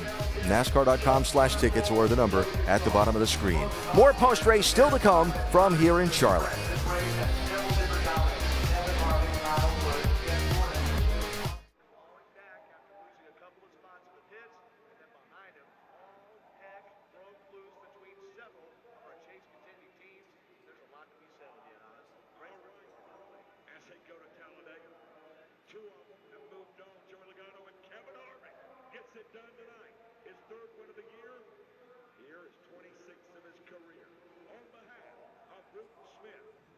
Chairman of the board of Speedway Motorsports Incorporated, Marcus Smith, the president of Charlotte Motor Speedway, everyone involved. My name is Ozzie Altman, wishing you safe travels home and thanking you again on behalf of everyone here for making this night so special.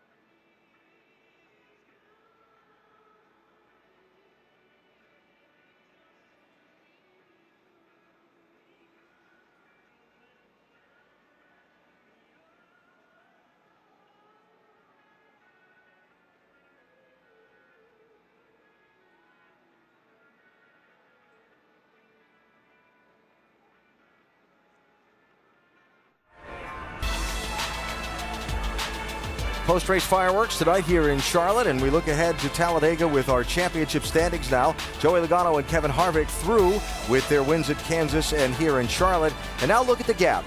Remember, there are many more points than even that 26 at stake in a race. So even Kyle Busch not safe going to Talladega, and the narrow very slim down through. Dale Jr., Jimmy Johnson, 26 points behind. It's not impossible, but it's a lot of work. A lot of work to do, but those four that you saw sitting outside of that top 8 right now all have victories at Talladega. They know they can get the job done there. Yeah, and only one of them is going to possibly get that win, and there's going to be some very good teams that are going to be done after Talladega next week. All right, while Kevin Harvick and company do the hat dance in Victory Lane, let's check downstairs with Doc. And Brad Keselowski has come out of the hauler. Brad, a lot of anger vented toward you at the end of this race. Take us to, first of all, what happened with Denny Hamlin? Well, I think first off, Detroit Genuine Parts Ford was good today. We're probably going to have a 4th or 5th place run and just didn't catch a break in so many different ways, but I'm really proud of running Team Penske. And then, through just this whole sequence of events, I think the 20 car gotten back of me on one of the restarts, just a racing deal. I wasn't mad at him, but when the last yell came out, he got the waiver on when he came by and swung at my car and tore the whole right front off of it.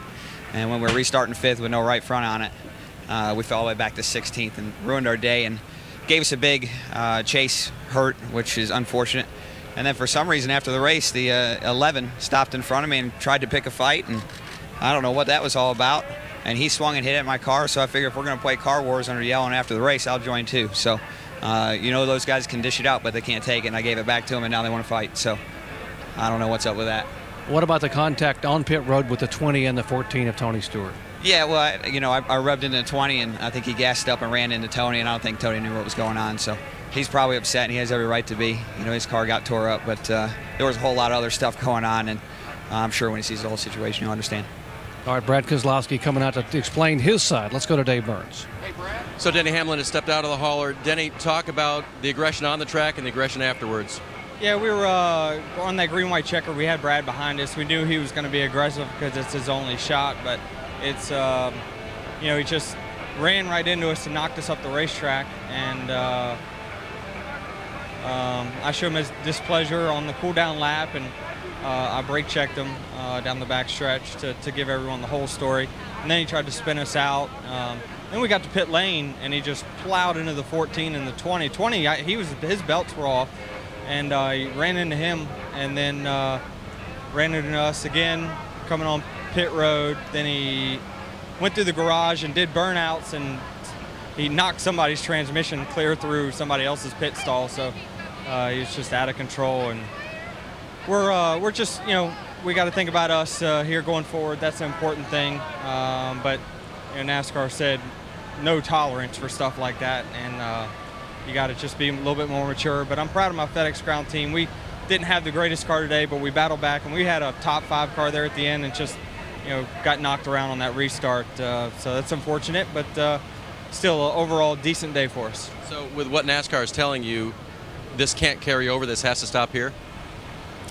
NASCAR hasn't told me anything. They told me, don't go after him. You got too much to lose. If I would have wrecked, he would have been in big trouble. I'd been waiting for him, but he cost us 6 spots, but what goes around comes around. Thanks, Denny. All right, well, in the aftermath of all of that, I get your reactions first to the post-race events and incidents and fireworks. Well, you always hate to see that cars get torn up after the fact, but drivers are going to do that at times. And, what I saw then later on after they got out of the cars, I'm not surprised about that. I mean, there is high pressure in this situation. First time we've ever had an elimination type chase setup, and that has ramped up the pressure that these drivers are feeling, the things that they'll do, the emotions that they will show, and that doesn't surprise me at all. Wish they would keep it in that context and to that, but my goodness, as if we needed anything else for Talladega, we got it now. Well, you can see the desperation on the racetrack, and it carried off the racetrack too. And these are good race teams that are backs are against the wall, and they felt like they got used up a little bit, and I can see how the emotions run high. And in summary on the winner's night, Kevin Harvick went through and got one tonight. The promise that he's shown for the last couple of months, he paid off in this one, and you better watch out for him when it's time to hand out that big trophy down in South Florida in another 5 weeks. Down to the pit studio, Nicole. we're all down here just kind of shaking our heads after that one, and all I can say is, wow, Talladega, well, that was good. That's going to be boring.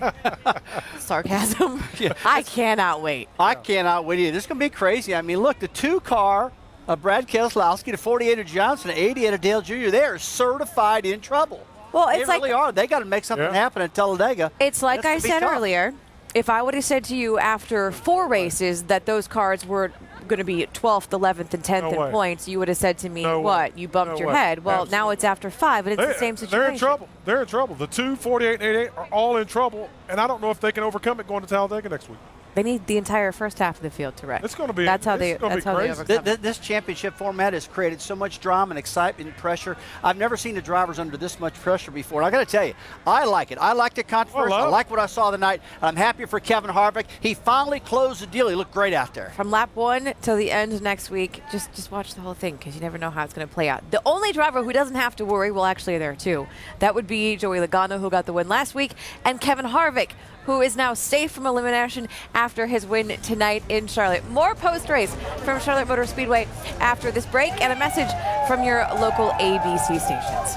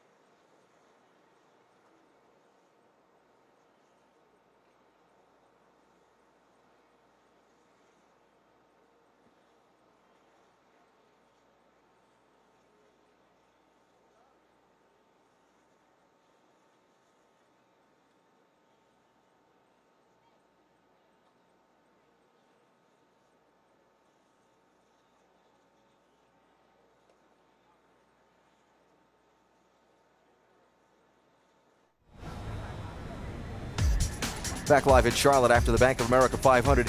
In all of the excitement of the last couple laps and the post-race chaos, a couple of surprising things turn up when you look at the final results. Well, yeah, Jamie Murray did a great job getting there. But how about Joey Logano? Where did he come from to finish 4th? We had so many other things going on. Yeah, like Joey Logano and then Carl Edwards, top 10 finish. Kind of quiet all night, but gets a solid finish. Casey Caden slides into the top 10 also. Yeah, Allmendinger ran really solid all night. A lot of the last part of the race up inside the top 10. Comes home 12th, though. Austin Dillon rebounds from probably a pit call they wish they had over, but finishes 13th. Yeah, Brad Keselowski 16th, Jimmy Johnson 17th, Dale Earnhardt Jr. 20th. The 3 drivers that came in that had that, if not must win, must have a great finish night. And none of them did. Jamie McMurray had a great night. Here's Vince. Well, one of the teams that's certainly been extremely strong during the course of the chase is this one team of Jamie McMurray. Another good run tonight, third place. I know you're not running for the championship, but you guys have run like championship contenders over the past few weeks. Tonight, another example of it. What's been key over the last few weeks to that resurgence? Well, we've actually been good all year. I don't know that we've been able to put the finishes together, but our McDonald's Monopoly Chevy was really good tonight. I looked up at one point when I was in second, and Kyle was catching me in third, and a lot of credit to all the guys at the shop, the engineering department, everything that goes into getting our cars here. We struggled in practice, but Keith and Josh did a really good job of putting the right setup in it and then adjusting on it all night long. So really good night for the whole group, Chip Ganassi. Yeah, well done. Jamie McMurray, third place. And so from here, we go to Talladega next week. Yeah, can't wait. Yeah, they might need to bring boxing gloves for that post-race. It's going to be an interesting one for sure. The elimination race in the contender round in the chase. Next Sunday, the Geico 500 from Talladega. It's on ESPN at 1 Eastern Time a week from tomorrow. And there's an awful lot to think about and talk about between now and then. Look forward to it. A spectacular finish tonight here in Charlotte, and Kevin Harvick picks up his first win in the chase for the NASCAR Sprint Cup. Harvick races his way through to the next round of the championship.